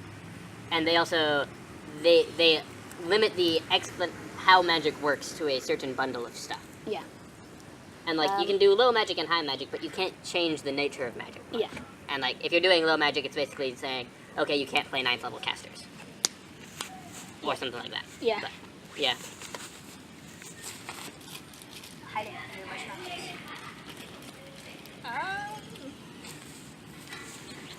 So I guess the next question, since it seems like we've talked about pretty much all of the RPGs that we're qualified But to talk anyways, about to just answer that thing, yes, the bog standard, like the setting Traveler comes packaged with is. Yeah. Oh, space line people, cool.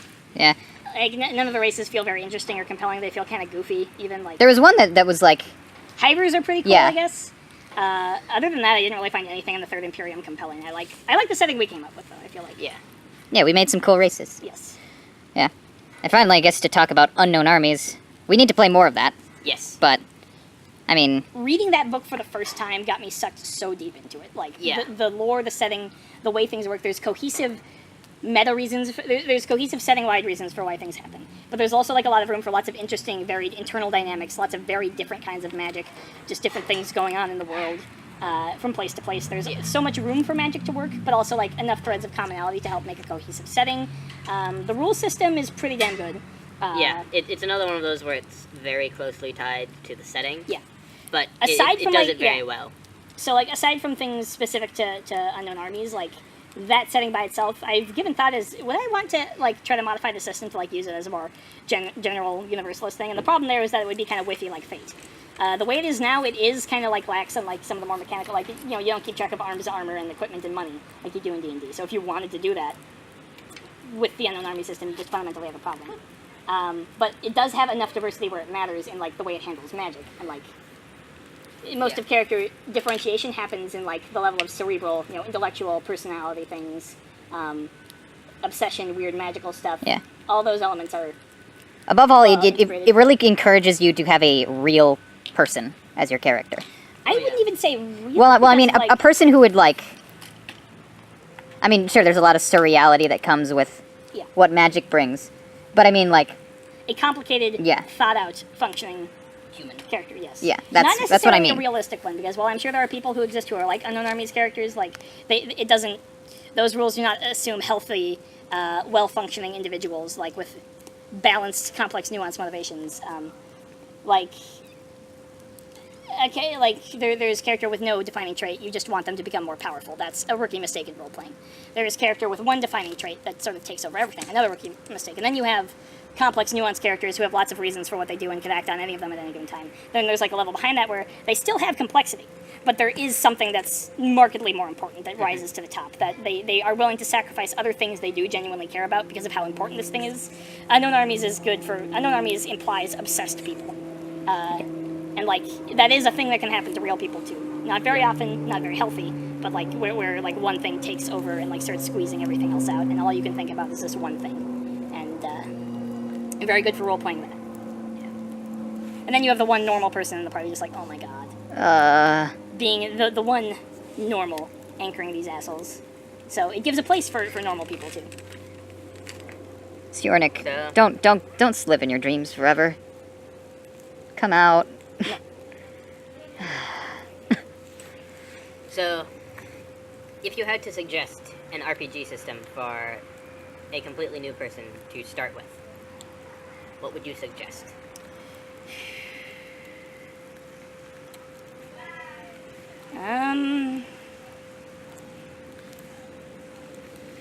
I know you're asking for a more general recommendation, so what generally is a better idea, but I'd say the first thing I would suggest was what I would feel is most appropriate to the person. I'd ask them what kind of stories they like, what kind of game they're interested in playing, ask them those questions, and that will always be more important than what they feel is just in general a good idea. After that. Like, if you didn't know anything about, or much at all about the person, and, like, this type of stories they'd like. And for some reason, they can't answer questions because they have a rare medical condition. Yes. That prevents them from answering questions. See, the first logical thing I think is something mechanically simple like Fate, but like I feel like they wouldn't really get into it and really understand why role-playing is valuable. Because Fate is made as a response to other systems where the clutter became more important than the game. And that's a legitimate grievance. But Fate does so much to clean out the clutter, it just is super dependent on you being a good role player yourself already. So I actually wouldn't want to use that as an introductory thing.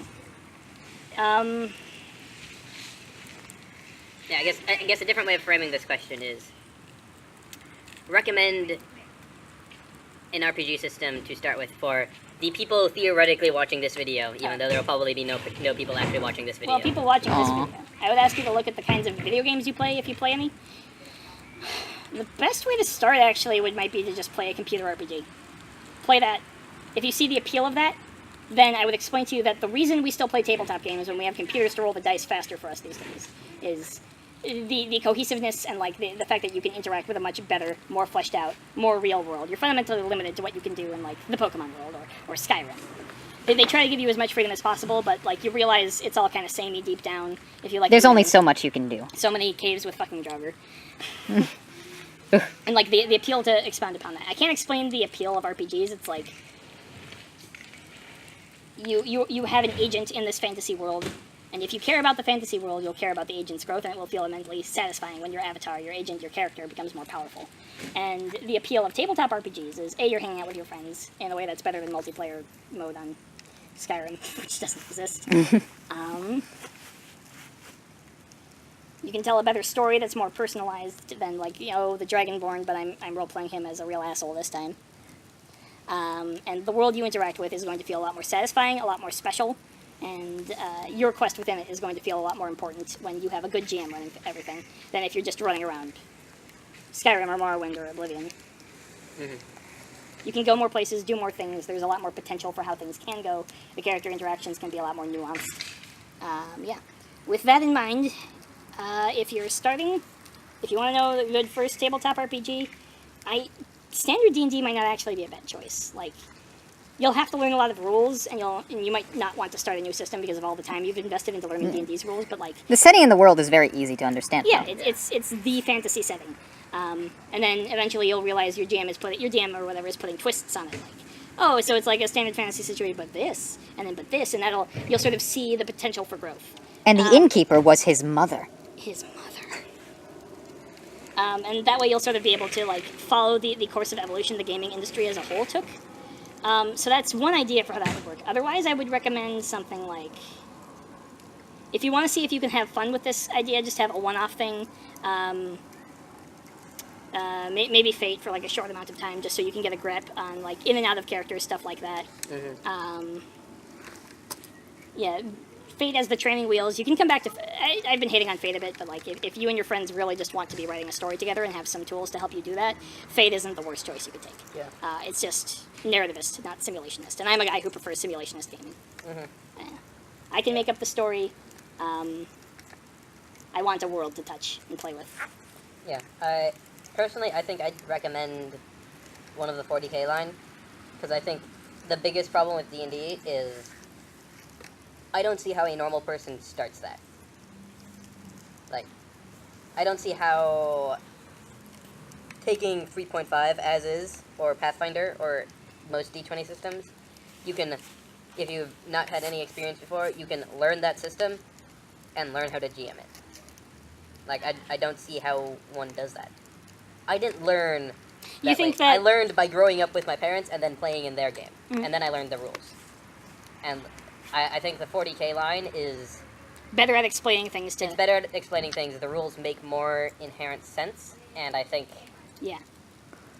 Being a GM will mean you need some flexibility, and since 40k line wasn't, because when 3rd edition D&D was released, it was being released to people who were still playing Advanced Dungeons and Dragons. Like that's where they imported their player base. The process of teaching for that game didn't come from the game itself. It came from the people with you, and that's always going to be the most important thing. If you have a good group to teach you, you play what they're playing, you'll learn how to play an RPG. yeah. In terms of what game should we run to help integrate a new person, then to all you prospective GMs out there, whatever you're most comfortable with, whatever they want most, maybe Fate or something if you want to go easy on them. Because like most games are, you're right. Most game like Dungeons and Dragons at least, and a lot of the games that were released after that were all released with the continuity of the community in mind. This was not something you expected someone to pick up and learn. Like you didn't you didn't have the rulebook explain this is how to think like a GM. This is how to get everything set up. I've read through 5th edition. 5th edition made perfect sense to me because I wasn't thinking about it as how does 5th edition work. I was thinking about it as how is 5th edition different than 3.5? Yeah. And the answer is a fair amount, but still within the same framework. Everything I knew about how 3.5 worked in general helped me learn 5th edition. Yeah. Mechanically, you're right. The 40k line is better, but like that's so tightly tied to a specific copyrighted setting. I guess that doesn't really matter though. Yeah, like I feel like especially if you're just starting off, like each 40k book, as I understand, each of the core rule books has a starter setting, a starter adventure in there. You can start with the prepackaged setting without knowing too much about the setting, I think. Because most ground level people in 40k don't know that much about the galaxy at large. That being said, if you're a fan of 40k, then obviously playing a 40k RPG is going to be a good way to... Like, if you're a fan of the lore, but you've never played a tabletop RPG, then that's a good way to... Yeah. Hey, I can be a person in the 40k universe. You understand the lore, and you understand some of the appeal of the role-playing, and the way fictional universes work.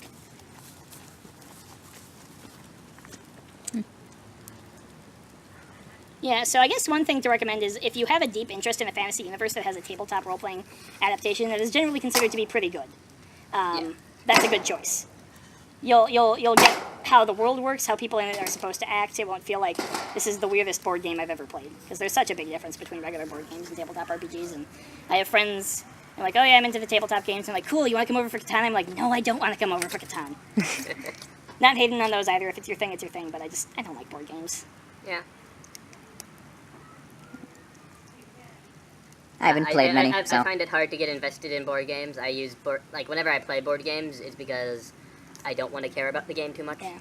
Then it starts getting into like optimization territory. Like, what is the best option I can do for myself right here? And you start thinking about that, and it's no fun. Yeah. I think the only times I can get really into a board game is if it's a board game set within an RPG. Yeah. And then that's mostly you playing imagination in your own head, not with the board games. Simon, any thoughts on the best starter RPG? I mean, I started with D&D, and that worked all right for me. I'm not really sure how I can say, but, I mean, I guess D&D is just a very widely played one. Yeah. So, in I terms mean... of accessibility, you might have an easier time. Yeah. Like, I guess this advice session is mostly GMs out there who want to get more of their friends into tabletop gaming. What's the best system to start them on? Not so much if you are someone who wants to be a tabletop gamer. Yeah, what system should be looked at? Honestly, if you want to be a tabletop gamer, and you have literally no previous experience, the best strategy is to wait for the plane to go away. Bye, plane. It's not a biplane, but I'm saying goodbye to the plane. And just Farewell. find your local Pathfinder Society or whatever the equivalent. Find a game. Yeah. Find a game store. Find a game that you can jump into, and start from there, because trying to learn how RPGs work without any prior experience is hard, and you don't have to do that. People in the 80s did that for you. They're still around to teach you now. Most of them. Rip in peace, Gary Gygax. I remember an XKCD strip that came out the day he died. Def is on the phone. Hey, boss. Yeah, did you get him? I'm working on it. What do you mean working on it? It's been hours. Okay, you know how to get to challenge us to a game, right? Yeah? This is getting a little more intense, I thought. Okay, so based on my diplomacy check, I recruit the paladin to my party. Oh, God, he's got another source book. I hadn't realized that came out on the day of Gary Gygax's death. It was pretty soon after, I think. It might not have been the day. I've seen that around before. I just hadn't realized that was what it was. We're recording to a new file right now, by the way. Oh, you have to stop and start it again? No, it just said, up to 4 gigabytes can be stored. Recording to a new file. It's still recording, so Okay. we're good. I don't know why I took the time to say that, That but in mind, if you do start playing D&D or something like that, don't be a dick just because you're lawful good. Think about what that actually means. Don't play a chaotic of any type just to be a little random. Think about serious reasons why someone would decide to be chaotic with their life. if you're true neutral, don't just do nothing. Even if you're an evil player, make yourself a team playing evil guy. You can play a chaotic evil person who still loves his friends and wants them to do well in life. And Maybe even if most chaotic evil people aren't like that, most chaotic evil people aren't good people to play with. Yeah. Play a lawful evil person who sees these people as useful right now. Yeah. Or a lawful evil person who still genuinely cares. Yeah. There's always more complexity to alignments. Yeah. Evil does Subvert not, things. Challenge. Yeah. Think. Evil does not mean you're an asshole to everyone. Evil means you're more than willing to be an asshole to get what you want. But most people don't want to be lonely. Yeah. They want friends. Evil is more about what you do to get what you want than what you want. Like, the only evil desire is sadism. And usually I think that's just a reflection of someone feeling deeply insecure and, like, only feeling good and comfortable with themselves when they can demonstrate on abundantly clear terms they have power over someone else. If there's just genuinely a situation where you get pleasure from someone else's pain, I guess that is the one evil desire. But most of the time it's just, what lines are you willing to cross? Yeah. And even Like, if you you want have this- that you want- desire, it doesn't necessarily mean you're evil. You want to take over the land? Are you going to do it by, uniting people through just being a good person with good ideals? Are you going to be a tyrant? Those are both goals that a good or evil person could have. And even going back to the sadism bit. Like, if you are a sadist, but you recognize that causing pain on random people is bad, and so you keep it locked up for when it is appropriate, you're no longer an evil person. You're a good person. Or at Everyone least is a neutral tempted to do person. bad things. Alignment is very complex. And, There are not just 9 of them. yep. I mean, that doesn't mean there's 9 ways people behave more. There's 11. It's just like, there's 9 groups you get sorted into when you die because of how the universe handles the battle between good and evil and law and chaos, fighting on top of each other. Yep. Sexy. I did sort of like the Blood War when I found out about that, the fact that the universe is not so much a struggle between good and evil as it is a triangular struggle, like good desperately trying to shore up resources, but like being fundamentally crippled in some ways because they're not willing to be as evil. You know, they're not willing to do as terrible things to get power to fight the fight. So evil having a natural edge there, even if more souls are good than evil, like torturing them is just going to get you more than having a good petitioner in heaven. Yeah. But like the fact that evil was fighting itself, being the ultimate counterbalance between good and evil. Evil might actually be stronger. It just keeps stabbing itself in the back. Yep. And like, if the devils or the demons ever won the Blood War, it would be really bad for the rest of creation. And good's got to shore itself up for that eventuality. But Yeah. that was a fun commentary on like, if you choose strength over goodness, you will get strength. But from a meta perspective, you really aren't stronger unless you can win the day, and you can't win the day if everyone hates you. I didn't know about that. Yeah. That's actually Interesting. kind of similar to, like, Chaos in 40k. Like, I'm pretty sure if all of the components of Chaos were unified, the galaxy would be screwed in a night. Yes. But fundamentally, due to how Chaos works and the people in Chaos, They can't work in concert like that. yeah. And they're fighting an uphill battle if they tried to get close to that. If they tried to improve their coordination and stuff, you know, so many personalities. So many jealous, spiteful people. Yeah. There's a reason Chaos just sort of sat around and, like, fed before Slaanesh tried to kick everyone into shape and before the Emperor actually scared them. Remember that, all you Chaos fanboys out there. Chaos was scared of the Emperor because he almost unified the material plane against them. And even if they are objectively more powerful than that, they can't function cohesively. Like, the low level of sluggish behavior they were able to organize is, like, such a mess. They are huge beings, and they have a lot more to take they account aren't of. coordinated. Tzeentch is still a deadly player, but Tzeentch can't bring all of Tzeentch's forces to bear on one point. Even if that point was... Well, he could try his best, but... Yep. You need smaller, faster people. It's also a lot easier to think highly of yourself for being the winning side when your only goal is tear things down. I mean, to be fair, the problem of revolutions. And Chaos why has they- lost the last 10,000 years. Even if it wins at some point in the future, then, you know. Yeah. The Imperium has a harder fight to win if you're just thinking teleologically, so... You know. Chaos isn't all that stronger. And Chaos isn't even that bad. Yeah.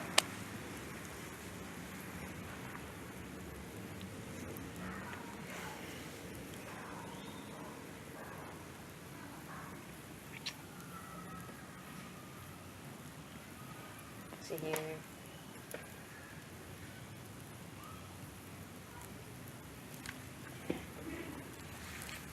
So, have you ever encountered something where, like, because evil losing because it's divided against itself seems to be a pretty common theme in a lot of settings where evil is really, really powerful? Have you ever seen a setting where, like, good is divided against itself and that's how evil is winning? I've seen things like that. Generally not on a cosmic scale, but like on a more local. The factions within the kingdom fighting for their own individual ends, which are all worthy, noble causes, but they're fighting for them at the expense of other things and like not realizing they need to lay things aside because an objectively weaker barbarian force is about to kill everyone. Lots of tragedies, things like that happen that way. I don't think a whole setting has that as the problem. Evil as a unified force. The last wiener. And that's why, like, Final really further. respectable villains like my Asmodeus is fundamentally more lawful than he is evil. He is evil because he thinks it's the best way to promote law. He wouldn't do something stupid. He wouldn't like antagonize, alienate, or make any of his minions. He's fair. He's reasonable. He's going to step on anyone who he can profitably step on, but he'll keep his promises because that's just an intelligent thing to do. You want to have a good reputation. Yeah. Burning bridges only helps you. It's only worth it if you know for certain you don't want to go back anytime soon. Yes. But when you're a being... You should never be evil for your own sake unless you're like really far gone. Evil for evil's sake, because that goes to my earlier point. Evil is about means to the end, not the end itself. The end is never evil. That's why evil is slippery and corruptive and stupid. If you ever faced a force of pure evil, it should be pretty easy to stomp down because all it wants is tear everything apart. It either starts naturally powerful, so it's a threat, or it doesn't want that. It wants something else, and it's willing to do bad things to get it. So, pure evil mindsets, like, I don't want anything else but for everything else to suffer and die.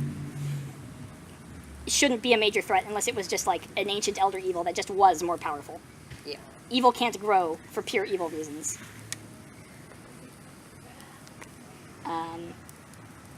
That being said, there's something, primal, motivating, and interesting about every once in a while having just, this is a raw cosmic font of evil.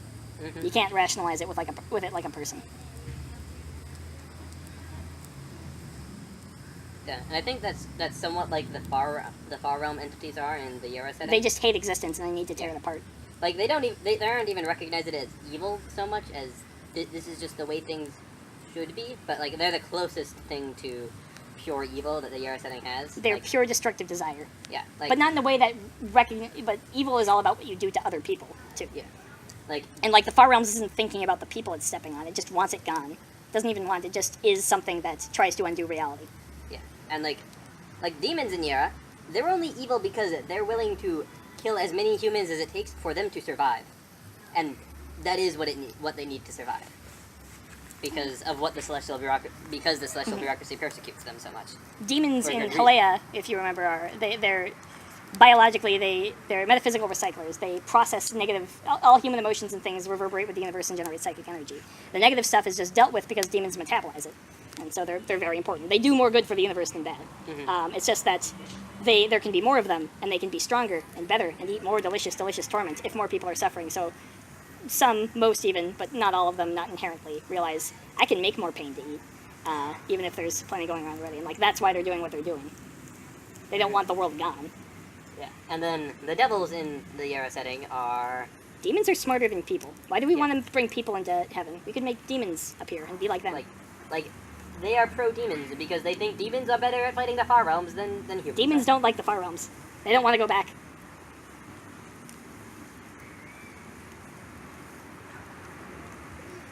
And then... I suppose an advantage to a demon-ruled universe is it would be more. There would be lots of loopholes. The fabric of reality would be sort of porous and sludgy. And that itself allows the far realms to get in more, but demons don't like the far realms, so they're still going to fight just as hard to get rid of it. And also, it's not, like, brittle. Like, oh, this section is decaying, cut it out. Like, you can lose a chunk here or there. The devils might think that long-term, the reason to go with demons is because that sort of model of like, the porous, easily permeated, but, like, hard-to-shatter universe that doesn't rely on centralized... Because Yara, if there is a big break, it's likely to spread into a bigger problem. Yeah. If it's always oozing through a little bit all the time, it's something you can deal with. That's their logic, at least. They might not be right about that. And, like, in a demon-controlled universe, the average demon could deal with the average Far Realm entity, whereas the average Far Realm entity eats a town before anybody knows it's there. And so, mortals just have a lot harder time dealing with Far Realm entities. Yep. The Abyss in... I don't remember what the Abyss wants in Planescape. I think it just wants to be bigger. Which, not the best reason for being evil, but the Abyss probably, like... It's probably not nearly conscious on the same scale as we are.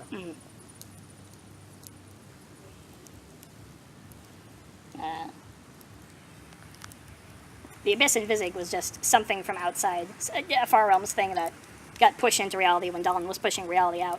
And it was like, this is stupid. This is stupid. This isn't me. Pop the bubble. And so they had to tie it down to the bottom of creation, because I couldn't get rid of it. And it just became the Abyss.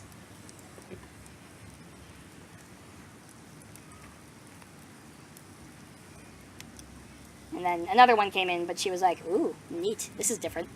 Hey, so you made this bubble? You're from out there. Yeah, but I'm not going to be a dick about it. Cool. And then Dawn and Mara got married, and they loved each other very much. And Asmodeus was like, she's chaotic. Like, yeah, but she's not breaking anything. She's chaotic. You invite her into our house, man. So Asmodeus left because the creator of the universe was a big sap and had compromised the concept of law. And that was the big schism of the angels there.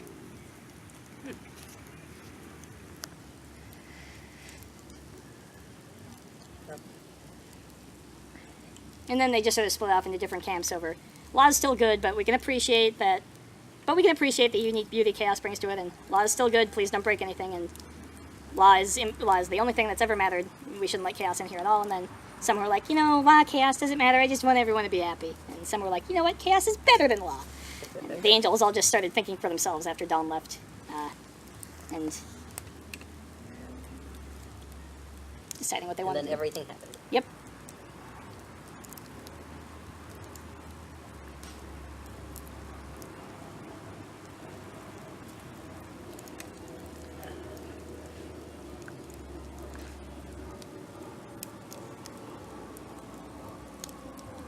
I'm gonna throw my band-aid out. So now we have burned a book and an offering of blood. I think we're gonna summon the home run king now. He's just gonna burst out of the flames. You who desire power, who desire the grandest of slams, you have 3 wishes each. 9 wishes total. As many innings as there are wishes. Yes. Like some horrible baseball genie. Yeah. The home run king. Ooh, I have another. Speak this prayer unto me. I wish baseball on to the world. Seal that compact between my blood and yours, and you shall know baseball beyond all comprehension. Baseball.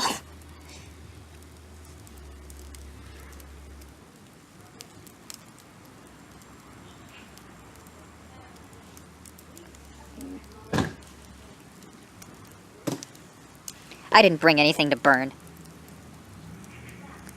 I was going to look through things real quick, but then, you know, Grier just showed up. And what do you do then?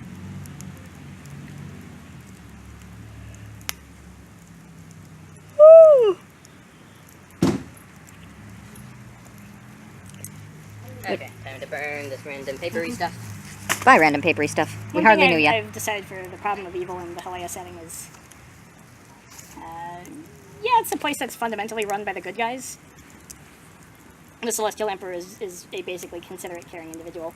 And reality is heaven. The controlling force of reality is lawful good. It's, as adventurers, we still need you to plug the gaps, but like in a cosmic sense, there's nothing that wrong with Helaya, so they can seem, the powers that be seem, and I think this is sort of similar to how we talked about Grier, which is why I brought it up. Cosmically speaking, there isn't all that much wrong with the universe, and they aren't actually omnipotent in things, so the problem with evil there is we're doing a more than reasonable amount to deal with the cosmic spread of evil. Like, yeah, there are some gaps, but we're not perfect, and we need days off too, or we go crazy. And like in Yera, even if the powers of good have the technical ability to defeat evil permanently, that's not a good idea for them to do. Because the demons and the far realm entities are how new souls get formed in Yera. So if they win, then there are no more souls that get formed. So as the celestial bureaucracy eats up all of the mortal souls and turns them into angels, there are no more mortals.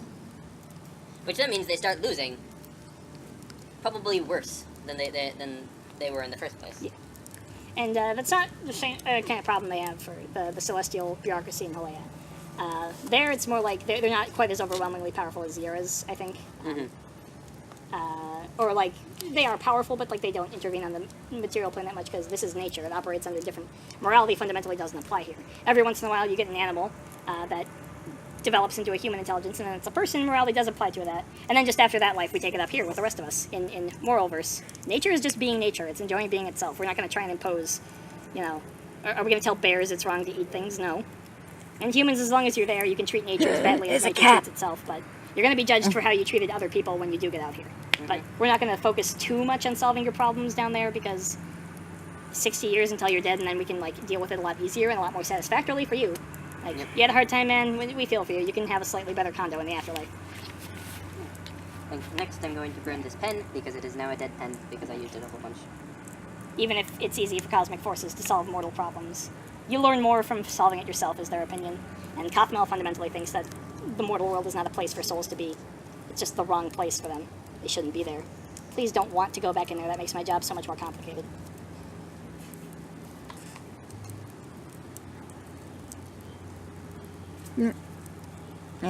Let the spirits of nature have their fun. Someone else want to turn with the camera? I've been holding it for a while. You have indeed. For probably like at least an hour. Not an hour. I thought it wasn't more than like a half hour when you... the count was at, it wasn't at more than a half hour when you took a hold of it, but I don't know.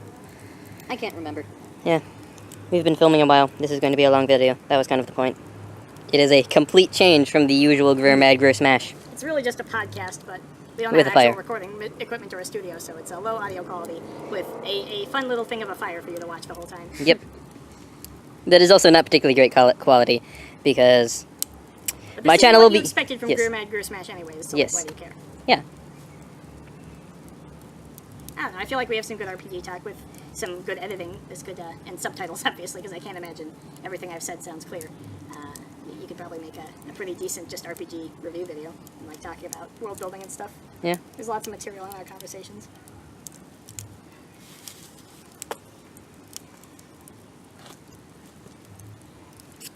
Do I owe either of you money, by the way? My mom gave me a little bit today to like help cover repairing my bike and doing some stuff, so. Let's see here. You owe me $7 from Chipotle. Do you have change for a 10? Probably. Just want to think take care of this now while I have money? Yeah, Yeah. I think there was also like... Can you hold on to the camera again? Okay. But only for a bit. Ah, man. Okay, the compact is sealed. We need to get this on camera. Man, some intense stuff on this episode. People owe each other money. It's almost like we're humans who Yeah. engage in transactions and friends because We scratch don't- each other's backs. And that's why evil loses. I think, There is your $3. I'll throw it in the fire. And then when I drop you guys off, I need to give Kevin a 10. And then... I gave my internet bill to Kevin, so I think I'm paid off with him. Yeah. Did I borrow from you recently? I did get you dinner that one time at Gankatai. Right. Oh wait, I still owe you for... I thought you... No, Right. I remember you paying me back. Did I? Yeah. Okay. My memory is horrible. I don't remember things. I made a remark How about... much was mine? It was like $10, $12. Yeah, I think it was technically you don't have to pay me back if you don't want to, but... Alright. Yeah, I'll pay you Grier. back. Grier, It's the only Take right it. thing to do. take it! Take it. Yeah. Here is camera. Camera is with me now. Okay. Because it is my camera and whatnot. That's $6 I can give you back. One moment, camera. You're gonna see my face. Instead of the fire. So I can take off Well, hey. these Is that a bad marshmallows. thing? What, the camera seeing my face? Yeah, they get to see your mercurial features. So handsome. I guess we've done some stuff with Eclipse phase, but I don't think We haven't. Yeah, we can't talk about Settings space. cool. It's Okay. very dense, though. Time to stop this camera. I spend 1000 GC and it just takes me out of the whole, magic aspect of it. Like, it wouldn't be the worst thing if I could cast a spell for cheaper than I should be, as long as I have to remember to go and buy the things. I mean, that's really not what would make wizards overpowered. It would Yeah. be a drop in the ocean. And it would help the magic system feel better if it you just have to remember to buy them, and you have to maybe make the player write down when they learn the spell the specific ritual, and then they have to either remember it well enough to describe them doing it, just role play that. Yeah, I know there was a magic system that Griffin had told us about that was you were actually designing the spell on the spot and drawing out runes to make it work. And that was an interesting idea. Yeah. It didn't go anywhere, but it was an interesting idea. But this spell's too good, we gotta charge you a fee. It's actually Yeah. just either say that whatever spirit I'm talking to needs me to flat out pay it off. Which, does that kind of take the magic out of these situations? Yes, it does. Maybe you shouldn't put the fee on that. Maybe put some other cost to using this power. Yep. Okay, I have a good idea of how to end this fire now. You want to... So the final part of this Grier Mad Grier Smash is Grier smashed the fire. Grier didn't smash the fire. It was always burning since we lit it a few hours ago. We're going to burn this, but we're going to burn this after it's full of water, so we'll probably put out the fire once it starts melting. Feats of wonder.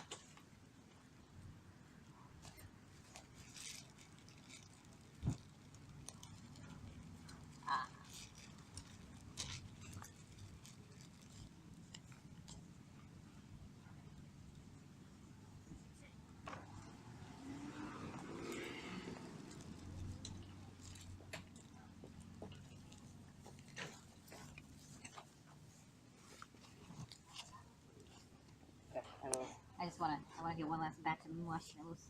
Okay, we'll throw that marshmallow that's on the ground in there. Never to be seen again. Forever lost. Dust in the wind.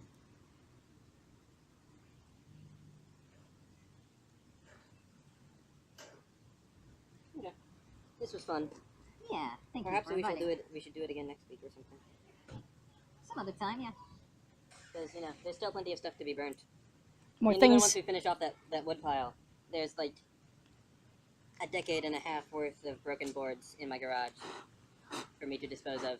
I wouldn't mind hanging out at your house, because your dad's got more books than I do. Or at least books I haven't read yet.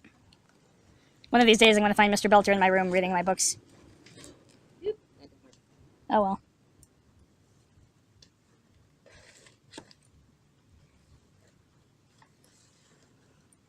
Okay. Now we'll take back over the camera as we watch the theoretical demise of this smoke jug, and also the fire.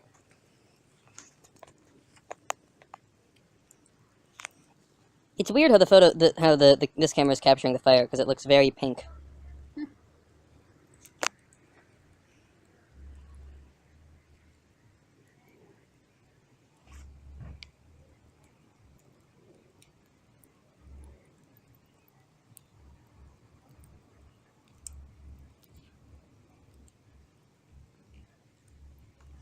It's kind of cool how the the edge of the water is glowing orange. kind of cool effect. I feel like the water inside is just cooling it down too fast for it to melt. Yeah. I should have started with hot water instead of cold water, but oh well. Should I just like wham? Oh, there we go. It's going, I think. Something happened. Oh yeah, it's like dripping from the handle a little bit.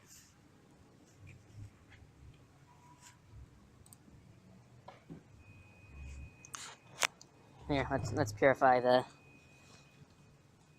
marshmallow gunk off here while the fire's still firing. D&D has an answer to if you were turned into an evil undead by something and then you were killed after that, but like you spent a substantial portion of your existence, and more relevantly the last part of your existence, as an evil one trained. What counts for? My understanding is that the evil undead counts as a different soul. Okay.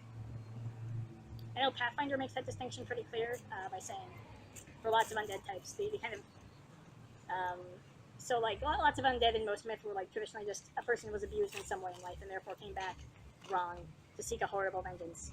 It's like You want to just like jab it or something? jab it in the side where it'll be able to spring a leak. Well, I was planning on using a different object for finishing it off if it's not going to go, but that is currently in the garage. But we need to finish burning off the marshmallow on this part too.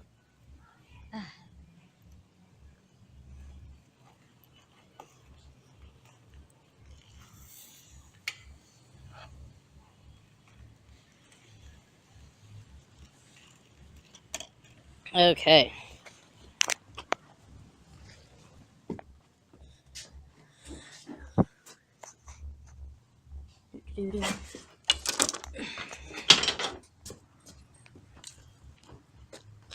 Now for the final death of this fire.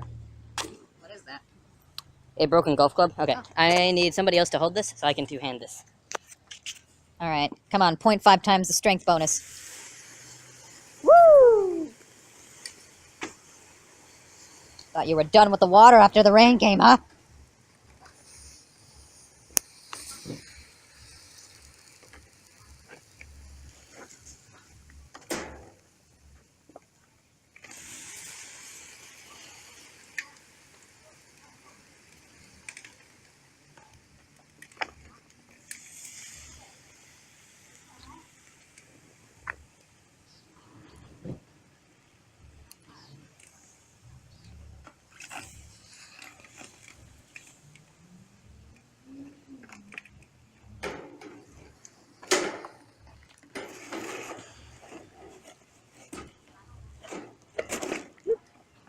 Careful.